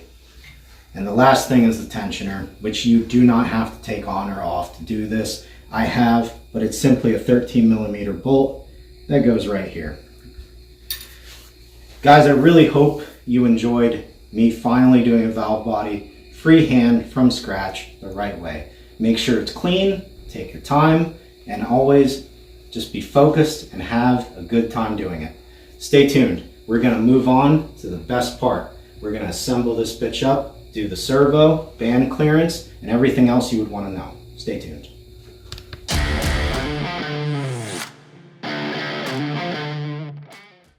All right, final assembly. If you've watched all that and made it through this, you've made it to the end. Congratulations. One of the few. And if you've gotten frustrated, trust me, totally normal. So what we're going to do now is put together the final product. We've done our pump, we've done our drums, we've done our valve body, we've done our case prep, we've done our bushings. We've made sure everything's clean, and we have all the replacement parts necessary to complete the job. And at the end, when you turn the key, I get the feeling couldn't sledgehammer a sewing needle through your you know what. So one thing, I work in a different way than most. I want to get as many parts that can go in and make room for myself. So it doesn't exactly matter how you do this. What I do want to kind of start with though is the wiring harness itself. Your wiring harness typically will not go bad. It's a very good piece. It's a simple wiring harness. What will go bad is the TCC solenoid itself. Probably the most common failure with the 60. I have multiple videos on that. But if you have an 1870 code, easiest first thing to look at. So, and you can usually buy an aftermarket one. No need to buy a $100 harness, just clip and snip. This harness is only held in by a simple green O-ring, despite what most people think. If you push your harness down, stop being a gorilla. Be gentle. It's only held in by an O-ring. Let me just repeat that, okay? It's not attached to anything else. All right, so there's your wiring harness hole. You simply put a little tiny grease around it. It is an O-ring, remember. And the orientation is going to be flat side towards the valve body. You want to give a firm push and you'll feel it seat. Then I just like to hang it off to the side. It's out of the way, simple, clean, to the point. And now we'll move up to the top. All right, so we're going to assemble the bottom end. This requires a decent amount of inspection, but typically isn't a failure point unless you're pushing power, or sometimes just bad things happen. Now when I say we need to look, observe your gear teeth, make sure there's no dirt, debris, chunks taken out, nothing ground up, etc. Your journal for your bushing, nice and smooth. And what we're going to do is finally install this. Set this in. You're going to use one of your two black type looking bearings. The black side does go down. And you don't need a ton. You can soak your bearings and all that. And you should have a very good bushing job like so. It should spin with minimal effort for basically ever. So after a good bushing job, we're going to move on to the rear planet. Now the rear planet is, if you have a problem with it, you're going to have a hell of a noise and you're going to know it. Anything with the bottom end you're going to know. You want to wiggle these pinions if you are reusing. Make sure they do not rock back and forth. They should have a tiny bit of up and down play, which is normal. Do all four, make sure they spin. Check your bearing in there. It is going to be loose. That's how it's designed. And once you've done that and verified everything's kosher, we put our bearing on here. A little bit of grease so it doesn't fall off. And a little bit of oil. Simply grab the center,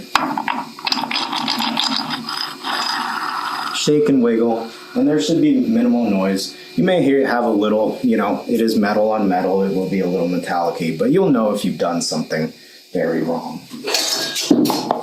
At this point in time, we layer in our low reverse clutches. These usually last forever, unless you have a serious issue. You get many years, many miles out of these. And there is telltales. What we want to do is lay in our wave plate. This slot here is the one you want to pay attention to. So a little tip, there is a notch, and that notch goes into that slot with the wide part against the part tall. So, same principle as forward. Reverse is virtually the same. Wave plate steel, clutch. And there are 5 steels, 1 wave plate, and the top plate is actually the low roller. So we're doing the same principle. Stack it like a sandwich.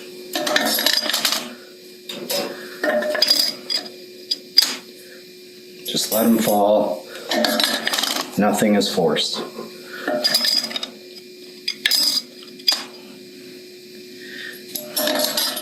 And I'd like to point out, fancy red clutches in reverse are literally useless.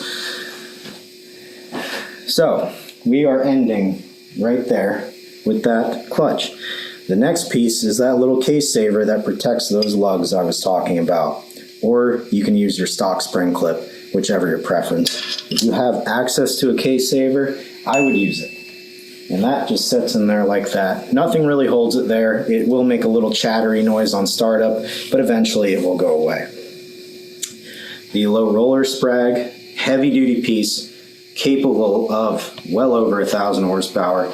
You will not have a problem out of this unit unless you are doing something extremely stupid like neutral dropping, or if you have a serious driveline issue. This is what could blow up.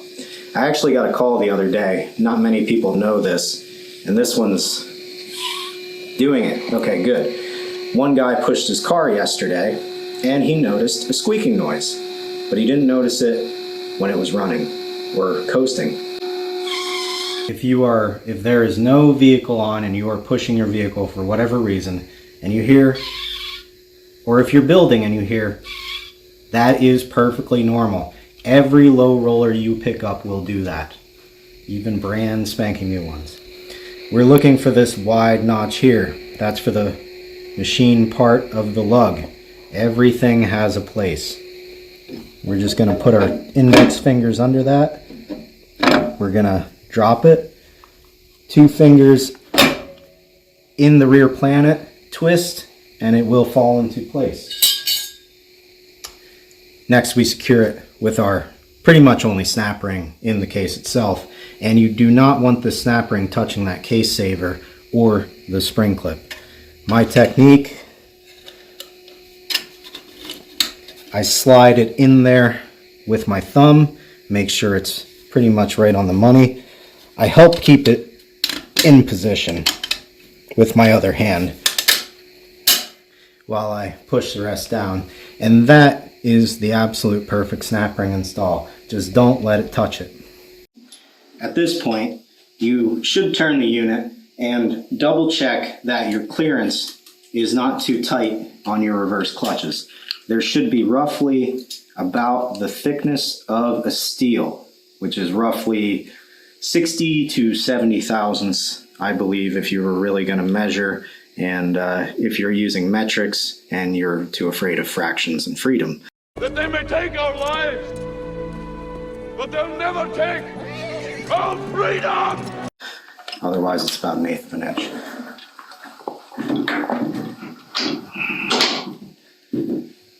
The next piece, and another little modification, is a double bushing cut down, which is what I've done here on a lathe, or a Sonax wide bushing. I like my double bushing, wide bushing, it's fine. That goes right in there. This is the transmission's actual center support. Just a little grease on your bushings kind of helps. Next will be our bumper washer for our sun shell. And the sun shell is going to be your problem child in the hard parts area.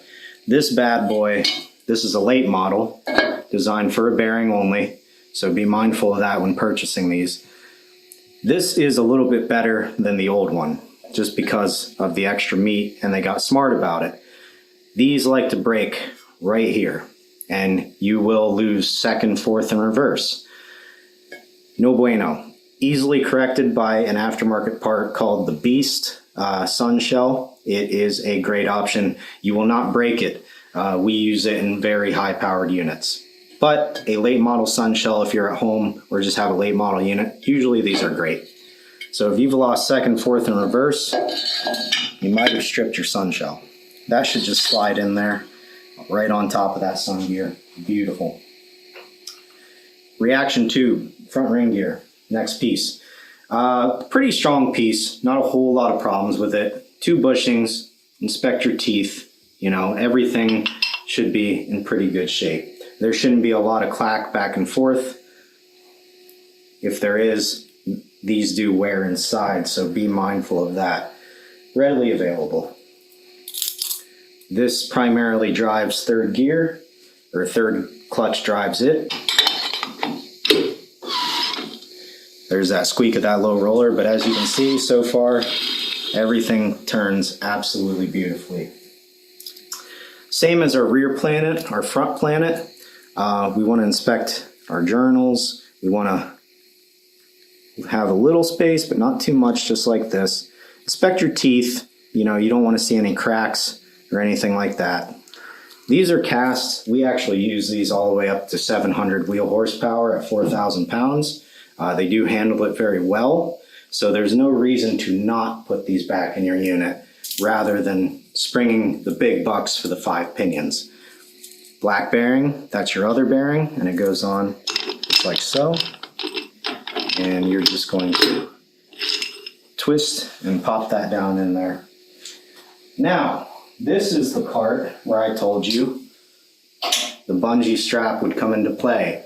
My cameraman's hands are full, and so are mine. We gotta put this output shaft in. This is a 2-wheel drive, and we've cleaned it up a little bit.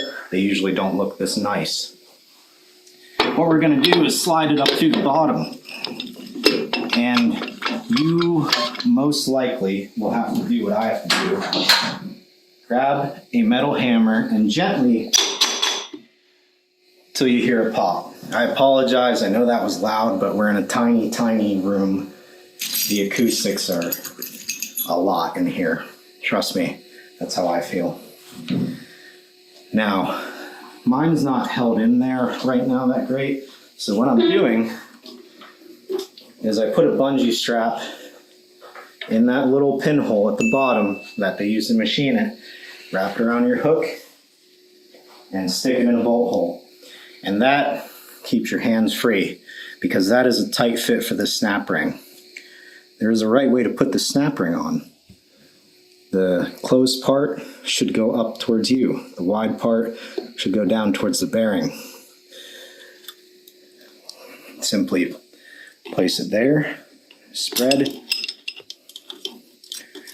Don't tell me I am going to struggle with this one too.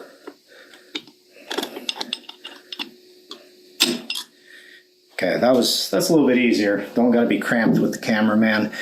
It sinks in just like so.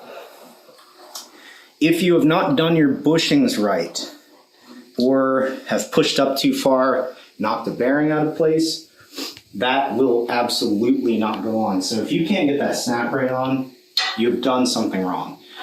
As always, we check our action. The unit's very dry, but we give it a spin. And everything locks and free spins as it should with minimal effort. Now we move on to installing the input and reverse input drums. What you want to do, putting these drums in, is essentially place one on top of the other and just spin and shake them together. And you'll know when it goes down. It'll actually contact the bearing, even though when it's installed in the unit, the sun shell pushes the reverse input drum up and it doesn't actually contact that bearing the OEM way as it should. That's why I flip it. That is your preference. I don't want to argue what's right or wrong, but it definitely works and it works well. Your sprag gear, mine's attached. Common mistake, people put it in and they have an unattached sprag. Put the sprag gear in first if you have one of those. Mine's in there. We're simply going to pick the drum up and gently place it in the unit. One thing I want to talk about real quick before I get into shaking this drum in. I think I've literally had probably 78 "why don't you soak your clutch packs?" I will answer it for you one time. I don't soak them because it's a myth. It's not important. That fluid pumps through there so fast in neutral as you're initially filling the system that it's going to soak them faster than you ever could. Not only that, what I do recommend everyone do, after filling, let the vehicle sit overnight. Not only does it burp air out of the system, it gives those clutches time to soak even more. Plus it makes it easier to drop in. Try dropping in a wet clutch. Trust me, this is way easier. So, this is my homemade tool. 2 vice grips and a rag will work too. Just be careful on your splines. Do not grab the journal.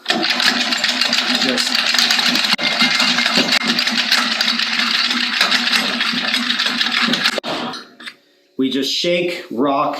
We don't want to put downward force on it. We actually want to put upward force on it when we're shaking it, okay? So maybe think of your hands as open and do this if you have one of these. You will know when it goes down, you will hear it drop. You can always pick it up and hear it right up against that shaft. The drum should also be a little lower than your pump gasket land. That is the drum install, and it's very simple, simple as that. The next piece we put in is the band, and we're going to talk about the servo assembly. Now, we take our OEM band, we have our band pin lug and our case lugs. Very simple. We want to slip the band lug in first. And this is where I said a screwdriver would come in handy, so I will reach around myself. Because this band is very springy and it will want to get away from you. We put the case pin through the hole in the valve body. Big round hole, can't miss it. We want to push this back and just basically smack it down in there. Past this little tab. Just work it back and forth with your finger and it should go down fairly easily. A danger with this band, I prefer wide ones if you are, it's much easier actually. This band likes to sag in the back. Try to keep it up because that will affect your band clearance and give you a false reading. So right now we're going to go back to the desk, assemble our servo, and then we're going to put the unit in, drop in our pump and valve body after I grease up our servo board, and finish the video. And I hope you guys have success in building this unit yourself. I really hope you do. Get a little too into that there.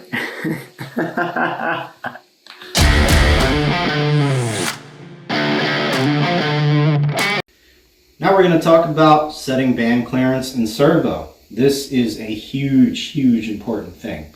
Your band clearance is going to affect the quality of your second shift, your fourth gear shift, the timing on the 3/4, and the timing on the 2/1. There's a lot of timing involved here, and the clearance is only a small part of actually getting your unit to function as it should, much better than GM designed.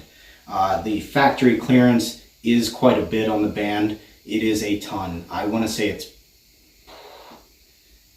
180, 1.80. It's an ass load. That's probably wrong. That seems like a lot. Maybe it's 180 thousandths. Just that number sticks in my head. It is a ton. It will not be near as tight as setting an aftermarket servo or a wide band. It's just the nature of the beast. The only way you could is, this is one of the longest pins they make. There is a 3-ring, a 2-ring, and a 1-ring. Okay, we're using a 3 today. It is OEM. There are extra long Sonax, and you're more than welcome to take your TIG welder and weld some on it. I encourage a clearance roughly as thick as your snap ring. That's the easiest way I can tell you to do it.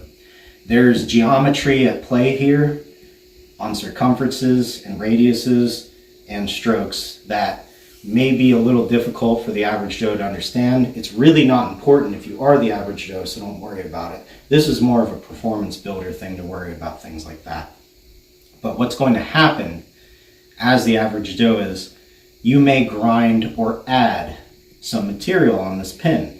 If you take away just, we'll say a 1/16, you actually may take away a whole inch, which is a little bit of an exaggeration, but a whole inch of grab in radius around the drum.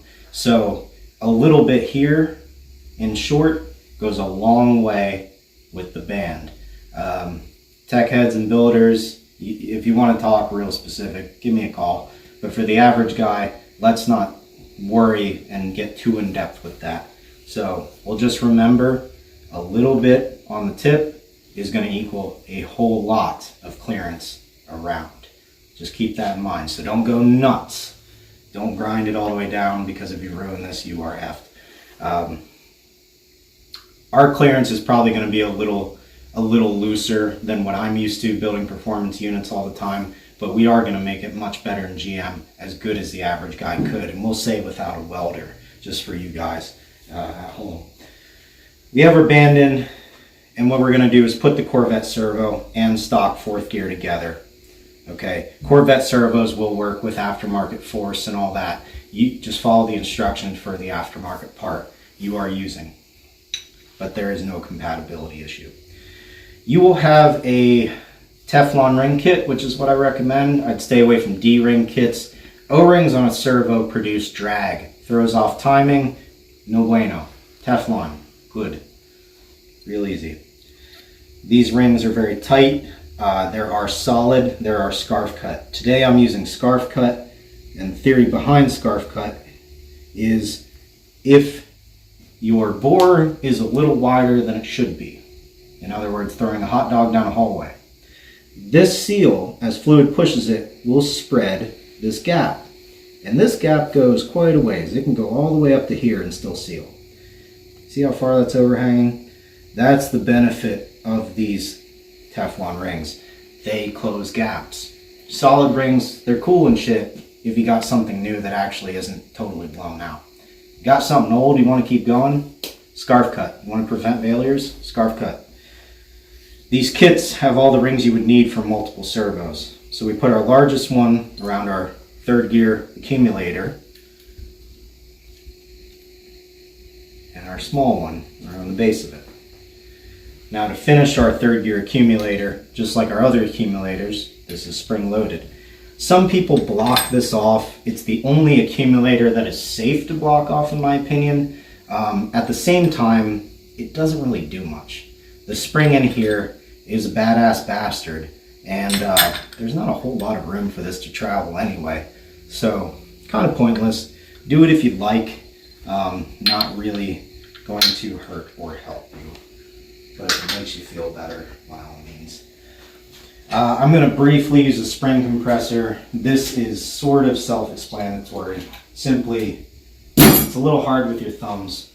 Push the cap down and get the snap ring seated. And a little screwdriver will help you do just that. It's very quick, very easy. The cap will move a little bit. You may struggle putting your pin through here, but that is its purpose.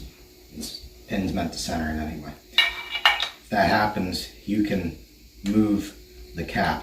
So what we're going to do now is just take our time, find our happy place.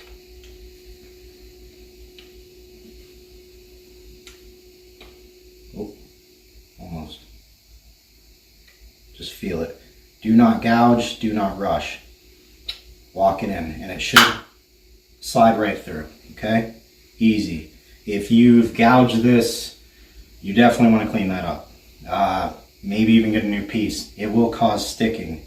This should, be a very tight fit, but it should slide very easily. The next piece we're going to install is the actual second gear apply piston for the band. And typically the ring for this in your kit is going to be green or red. Doesn't really matter. They just make them different colors.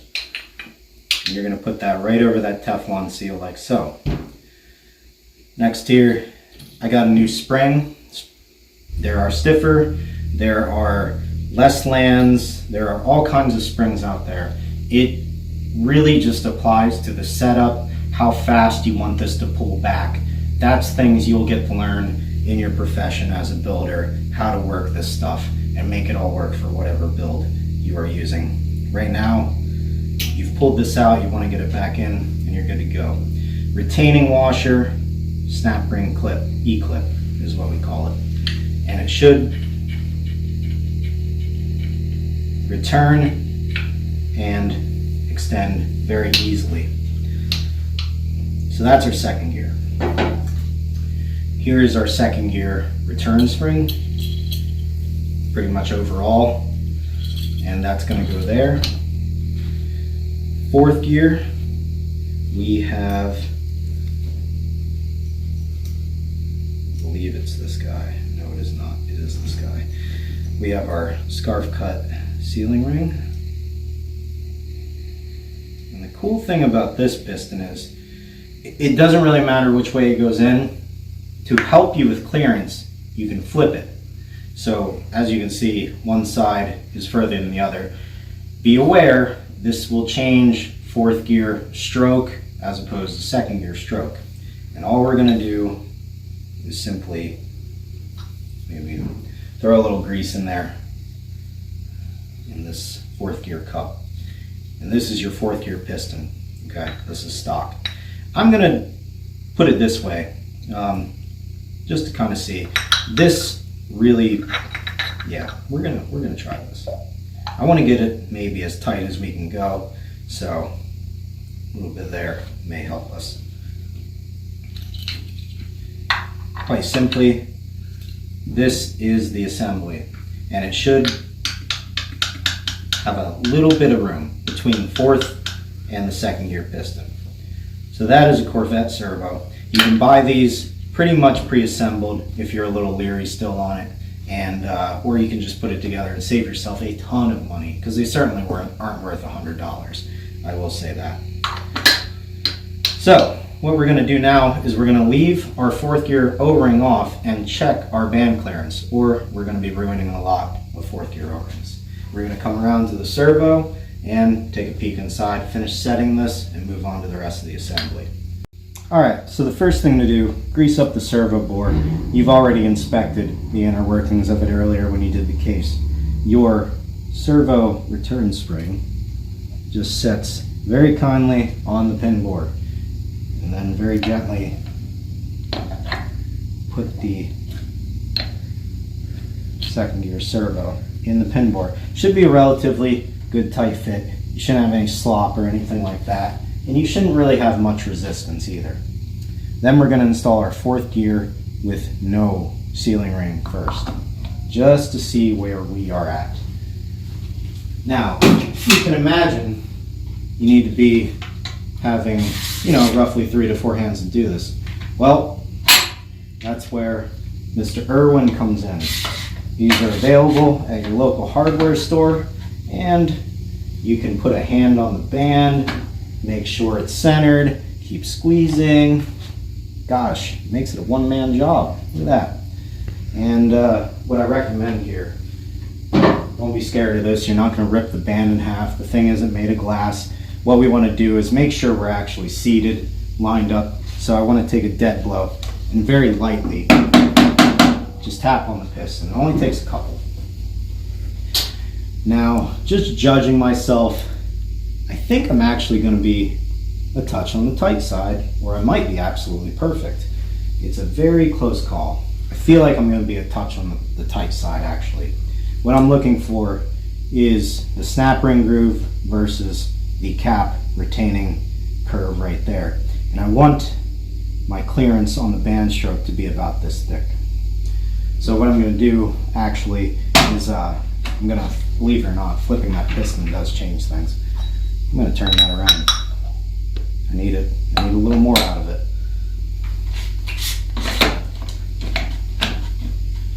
Wow, look at that difference. Huge. I gained a whole 1/16. Now I think that for an OEM unit is going to be a very proper clearance. What I like to see on servo placement, servo ring placement, you want your snap ring opening in the 9 to 11 o'clock position. Simply take your screwdriver and give it a twist. Go around in a triangle, 3 points of contact, and we're going to release. And I'm going to say at this point in time, we probably have something very close to what OEM clearance is, which is cool. I want you guys to see that. So what I'm going to do is I'm going to take my pick here and I'm going to move this back and forth. As you can see, this is what your clearance people think is, and it is to a degree, but that's not the rest of it. What I'm going to do now is perform an air check, and simply this hole here is second gear, and this hole here straight in is fourth gear. And then you have right below your third accumulator capsule check ball, which you should have blown out earlier. Fourth gear is different stroke than second gear. This is the release for the overall servo and forth. If you have silicone this shut like a typical hillbilly, then you will definitely 100% burn your band up so quickly and have a very strange shifting problem and or bind up or both. Silicone is bad. If you must use silicone, avoid this. This is all anybody asks. It's there. So, and actually, I really like what I see. What we are looking for, and this is how you can really tell clearance. When I talked about geometry earlier, we want to look at how far the pin travels, not so much what the rest of this is doing. So our pin is traveling roughly the length of that clip, which is about 1/8 to 3/32, or 3/16, I mean. That's a beautiful, quick grab for something OEM. And honestly, with a wideband, that's what I'd like to see too. Just a teensy bit tighter for a racing application.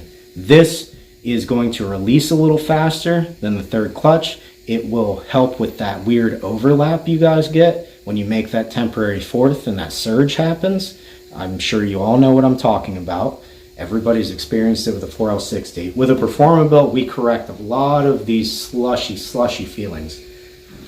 Now that we have a beautiful band clearance, also what's important, this reverse drum should spin just like this without any help doing this. That's how you know it's great. Primo clearance right here. And we pop our snap ring out with a screwdriver and we are ready to seal this up. So all we're gonna do is put our final blue ring around it. Now that we've verified our band clearance, reinstall our snap ring, again in the 9, 10, 11-ish clock position. If you install it over here or close to one of these, you will blow the entire servo bore out. The aluminum cannot take it. So a good rule to follow in automatics, if there's a space in some metal, some casting, and it requires a snap ring, never put the opening towards it. It will flex and blow. Make sure your band pin does not fall out in this process. Push it in, re-verify, and we're gonna do a little bit of both. So I'm gonna show you guys second gear. About a clip length, nice and tight. And here's fourth gear. It's a little bit longer of a stroke. It may not be much to the untrained eye, but it is there. And it's something to account for. And that is adjustable within the servo assembly. Many aftermarket ones will tell you how to do that. Something to follow their directions. We have our own way here. But OEM, this is how you would do it. And my trick to you would be flipping the piston back and forth, because you can gain or lose a whole lot. And or TIG weld if you don't want to follow that advice. If you are installing a Corvette servo in the vehicle, what you are going to do is the pump will be in here, and you can pop this out with a pry bar against your tunnel and everything. It's fairly easy to get to. If you have an exhaust, sorry, you're probably going to have to take it off. What you want to look at is definitely drop the pan when you're doing this. And what we are looking for is right through this hole. And as you can see, you can't see the pin, but you can see the two band tabs. You can see how tight this is. And that's going to tell you a whole lot, because you definitely don't want your servo install and your band pin too long smashed up against this. That's going to be a bad install. You're going to be disappointed in your new performance part. You're not going to have a good time. My advice to you is reuse your stock pin. If your band's good, the length is there, it's already not going to be too tight, and that's the danger zone. Too loose is another danger zone, but I think people make it tighter than looser sometimes. So in the vehicle, drop the pan, look through your filter slot, and you can see that area, and it will give you a much better guideline than simply guessing and throwing it in there, because it's not a bolt-on part. Something needs checked. That's how you do it in a vehicle. Moving on to the pump. We're going to drop that in, but first, we are going to line the pump up, something we talked about earlier. Some pumps do not use an O-ring. That's okay. Personally, I like those because they drop in easier. I picked the hard one because I want to show you really just, you know, things to not freak out over. There is resistance, obviously, when putting this in.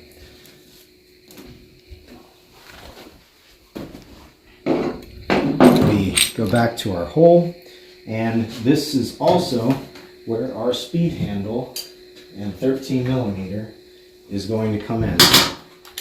And there's ways to align a pump. There's tools out there that are useless and expensive. But I'm going to show you guys the free, easy, painless PerformaBuilt way. So, we want our bolts in, but we want them loose. We want our halves to slack back and forth. You can do it one of two ways. You can put the pump in the case and slap it around and be careful pulling it out. It usually lines up. But what we're doing is we're paying attention down in these bolt holes. The face, not the back, the face has a much thicker casting on it. It overlaps. You can see that in every single hole. And all we're doing is checking our edges and checking our bolt holes, pushing and pulling. Give it a tap. Make sure, as you can see how sensitive that was. Messed up everything I did. So make sure it's all even. Just go over it.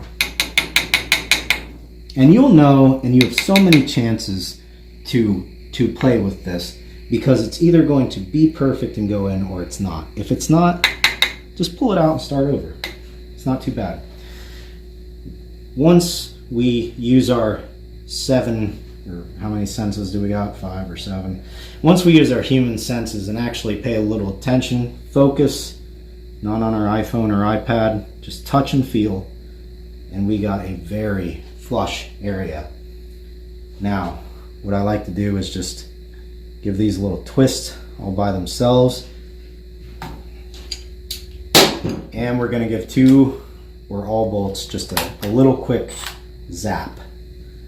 We're going to keep firm tension.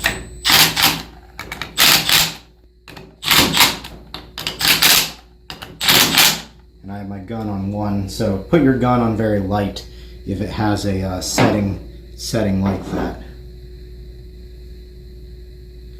Okay. And what we're going to do now is I have a convenient hole drilled in my desk for torquing. Trust me, those bolts, once they're knocked, your halves won't move, and you will be free to torque this down. The torque spec for the front and back of the pump is 18 foot-pounds. That is it. No more, no less. And use a star pattern.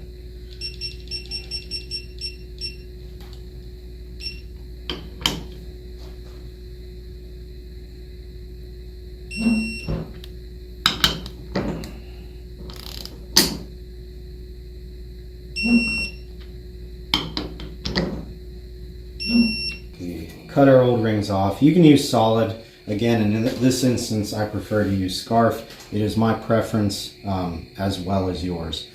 If you are using scarf though, and you've done your bushings like a good builder, then this, I highly recommend you grease up this groove, because the bushing and scarf cut are about to make you hate your life. This is a very touchy thing to do.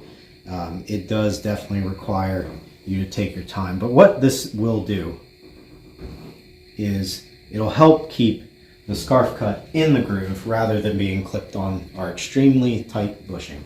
And trust me, that's easier to do than not. The solid ring is great and all, but for longevity, I like these scarf cuts so much. And they really don't wear, these blue ones. These are probably the best thing they've ever come out with. We just want to make sure those are nice and tight. We definitely don't want any overhang. Then we have our washer here. These typically are always fine. We have a pretty nice one. Like I said, this unit was a very nice core, not a huge deal at all. So what we're gonna do, and a good thing to do before you go doing all this, is in your prep before, you should have checked your bushings on your input shaft and stuff like that. We have our O-ring. Some do not require an O-ring. Some require a wedge seal, which you do put on after. We're just gonna run some grease around this. Make sure we have the easiest time possible. Moving into the case, you don't need to grease up the entire pump bore here, just the top, just enough for the O-ring. The O-ring is going to pull the grease down. Just get the bevel and just a couple dabs on your pressure lands here for fluid, just to help keep the gasket in place. And this only goes on one way. Just match the shapes. You know, circle goes in a circle hole, triangle goes in a triangle slot, that kind of thing. All right, what we're going to do now is simply drop a pump in. The way I like to do this is with the help of that Phillips head that's been laying on my desk all this time. We put it up over, use a bolt hole, any bolt hole. It's just a guide. And right now, you're actually seeing me. That's how tight these rings are. And this is all you need to do. See how it's sunk?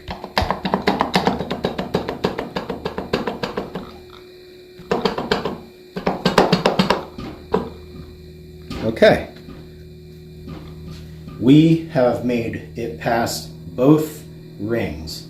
And that is remarkable on your first try, actually. And it feels good when you do it. Trust me, at home when you do this, just little taps. You shouldn't need to use a hammer or nothing like that. If you've sandwiched those rings and done your bushings properly, you'll have little taps, it'll go right in. Right now what we're sitting on is simply the O-ring right on that land, as you can see here. If you've made it to that O-ring, don't be scared anymore about clipping those rings. You've made it past the gauntlet. At this point, we can either tap the pump in with a dead blow or carefully screw it down with the bolts. I prefer tapping it because it lets me feel how well it's going. If I've lined it up right, clearly I have, or we probably wouldn't have made it this far. What I'm doing now is I'm putting my pump bolt O-rings, which are very important, on my pump bolts. There's little tiny O-rings. There are 7. You want to throw it on over the fret threads and tuck it up in that groove. You do not want it hanging off the groove. If you screw it down, you pinch it, you install this thing, you will have a fluid leak from there. And I couldn't tell you what's more annoying than having a problem on a part that costs about a penny. Even if you're tapping, I suggest you screw in your bolts. It really does help guide it. And like I said, you can use the impact very gently or very lightly, keep pressure on it and hit, just tap.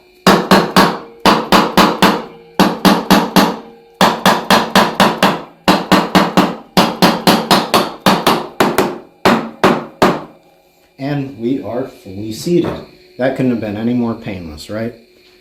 That's what we get when we're laid back, thinking clearly, and just taking our time. Now, what we're gonna do is just cheat, drive these down.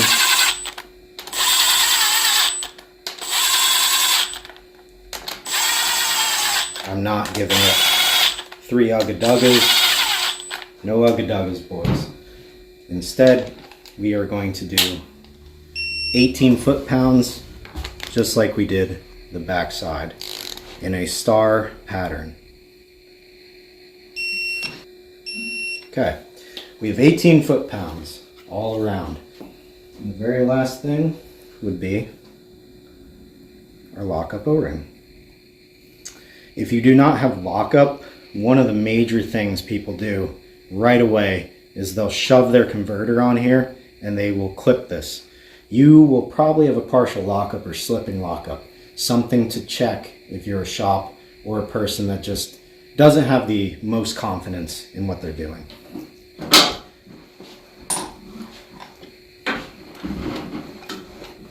At this point, we are going to move on to the valve body. Now the valve body, fairly simple to put together, requires a little bit of savvy. There is one check ball that goes right there. That is extremely important. Put that there. It will make second gear shift hard as hell if you do not. That can or cannot be there. That is for reverse, and you should have checked your low reverse clutch pack earlier, so that way you don't have to undo everything you just did. But you should have a, 60 to 70 thousandths clearance there. Fourth gear. We're going to talk about this little mod, little trick. Your fourth gear is going to be this spring, this piston, and that pin, and this seal. Now, OEM, the fourth gear servo, accumulator, goes this way. It's fairly soft. There's nothing wrong with how that's done. You may put it that way, which we are. This way also works, and it firms it up. It is a very well-known mod, very easy thing to do. Simply install the entire assembly upside down. It's only healthier results. The other way is to do away with this altogether. There's a lot of people that plug both these holes. They're simply connecting holes, and this is also a very well-known mod. I have no issue with people doing. This is a great mod because not only does it firm up fourth the same way as this, it also supplies lube to the rear train in all gears and not just fourth. So it's only healthy. I discourage doing it with a check ball. That is sloppy. Use a set screw. I believe it's 1/4 by 20, and thread that in there in case, have courtesy to other people in case somebody wants to put it back, or if you want to put it back and you don't like it. But those are 3 different ways to do it. And all we're going to do out of our kit is put our lathe seal on, our pin in the hole. We're going to grease up our bevel, and we are going to put it in the OEM way. The other thing is, check your pin bore and piston bore. Make sure they are nice and tight. This one was actually really, really nice, which I'm surprised. They usually aren't, and that's why I'm suggesting the mod that instead of finding a new piece and being worried about it, you can flip it or throw it out. If the pin was bore, throw it out, plug the hole. You'll have a much better mod anyway. Putting the valve body together, we have our completed separator plate, which simply goes on with the screen side down. Your fourth accumulator spring will push up on this a little bit. Everybody, all the wonderful builders in the world and super smart people have bitched at me for not having alignment dowels. I use bolts, and you probably will too at home. These are the proper alignment holes. Okay, over here for the first one for the pressure manifold switch, and over here for the very corner. They do look different. This is tight, this is elongated. The only reason we are using those at the moment is to make sure the gasket does not shift or move or anything like that as we tighten it down.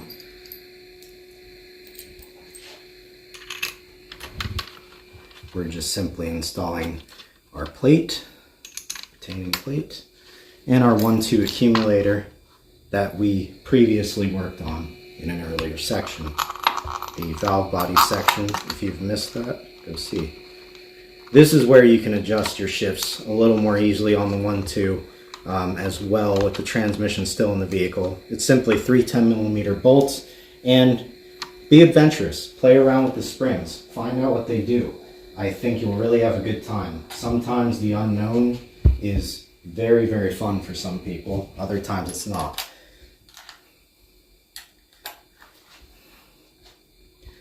So we are going to just firm it up with our impact, and you will need a 10 millimeter and an 8 millimeter for the rest of this section. And the torque spec throughout the valve body is going to be 8 foot-pounds through and through. No ifs, ands, or buts.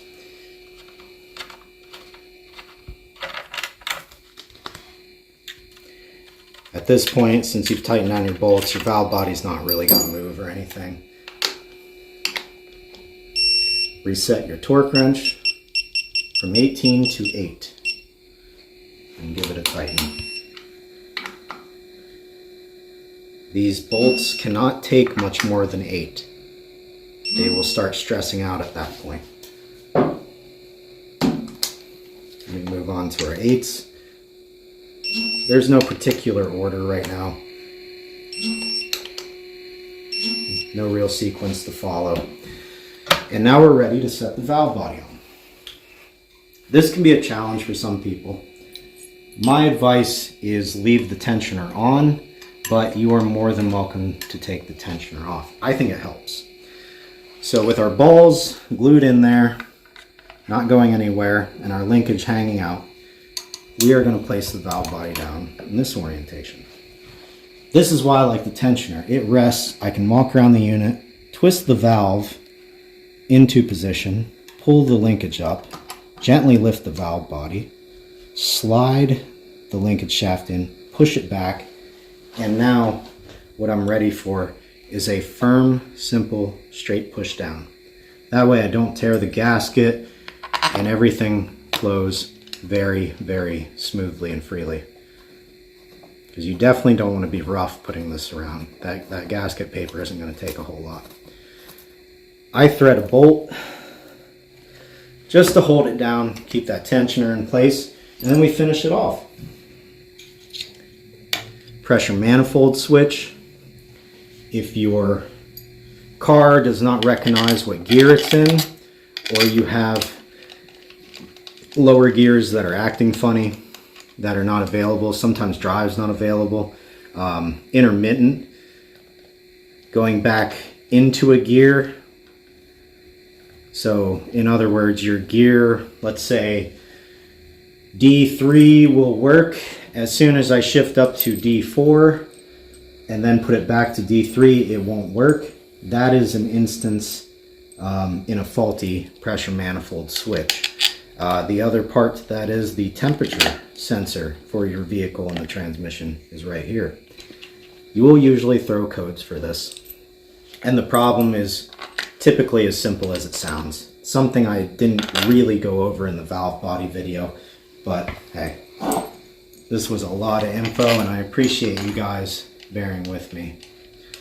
Another common mistake people make, and probably the last one I get to talk about today, is these 3 bolts here. These 3 long 8 millimeters. This is where they must go. There is no other place for them. If you put them in a different place where one of these 10 millimeters go, you will lock down the sun shell.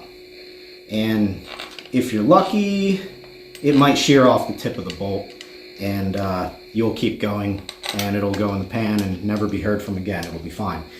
If you're one of the many, many uncommonly lucky folk, you will only have second, fourth, and reverse because it will be forcefully holding that sun shell the entire time. So now what we're going to do is just give everything once over.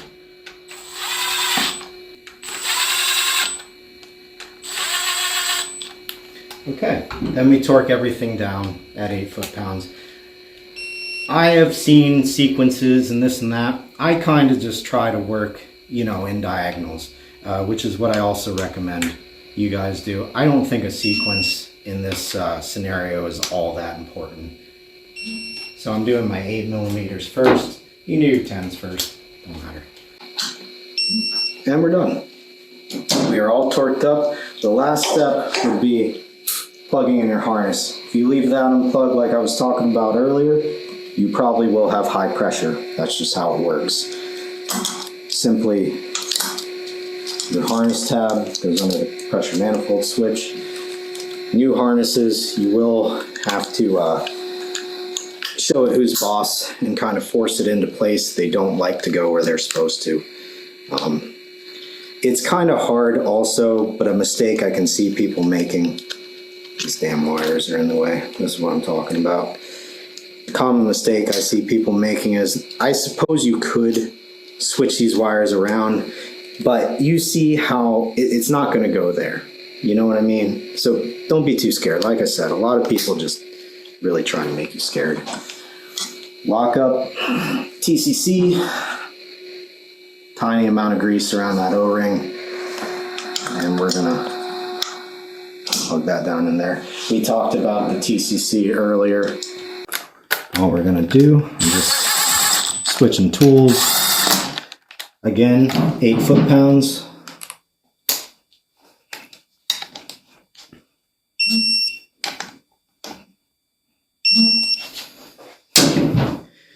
And then we're going to move on to our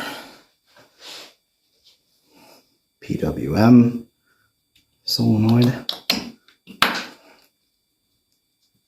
which is aftermarket. I know it looks weird, but these ones are pretty decent. OEM's ones work too. And this is our 3-2 downshift that I was talking about earlier.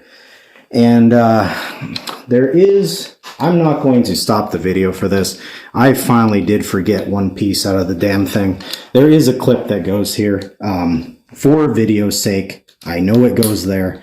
I am not going to put it in right now, but to finish it off, put it in. I just don't have it on me and don't feel like running out into the shop for any reason at the moment. So we're going to say install. Don't leave it out like this. Don't worry about this thing, guys. This seal lasts for many, many years. And what we're going to do is install our deep filter. Give it a bop, just like that, for our deep OEM pan. This gasket only goes on one way. Try to line it up to the best of your ability. And our OEM deep pan. I think I have a couple bolts here. We're just going to shove 2 bolts in for demonstration purposes, 1 in each corner.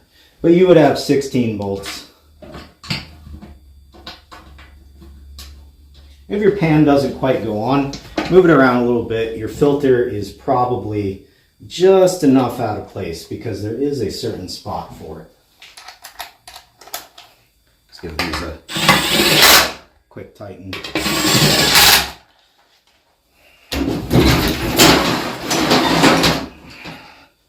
Shove all that aside. There you have it, everybody. There's our OEM fresh built unit. One last thing to check before we close up for the day. It's going to turn like this and make that squeaky noise counterclockwise. Okay, that's normal. What we should have, if you've done clearances and everything right, bushings and bearings, to the best of your ability, we clockwise should have a shaft that is smooth, firm, a little resistance, and turns by itself with minimal effort. Okay, this is how you build a transmission. At the same time, the front should virtually do the same thing. It should not move the output shaft if it was done properly. If it does move the output shaft, that's okay. It just means things are a little tighter than they should be, but if it's too tight, you won't be able to move this at all. Pull in and out on it. End plate isn't real critical like the 4L80 or 400 in this.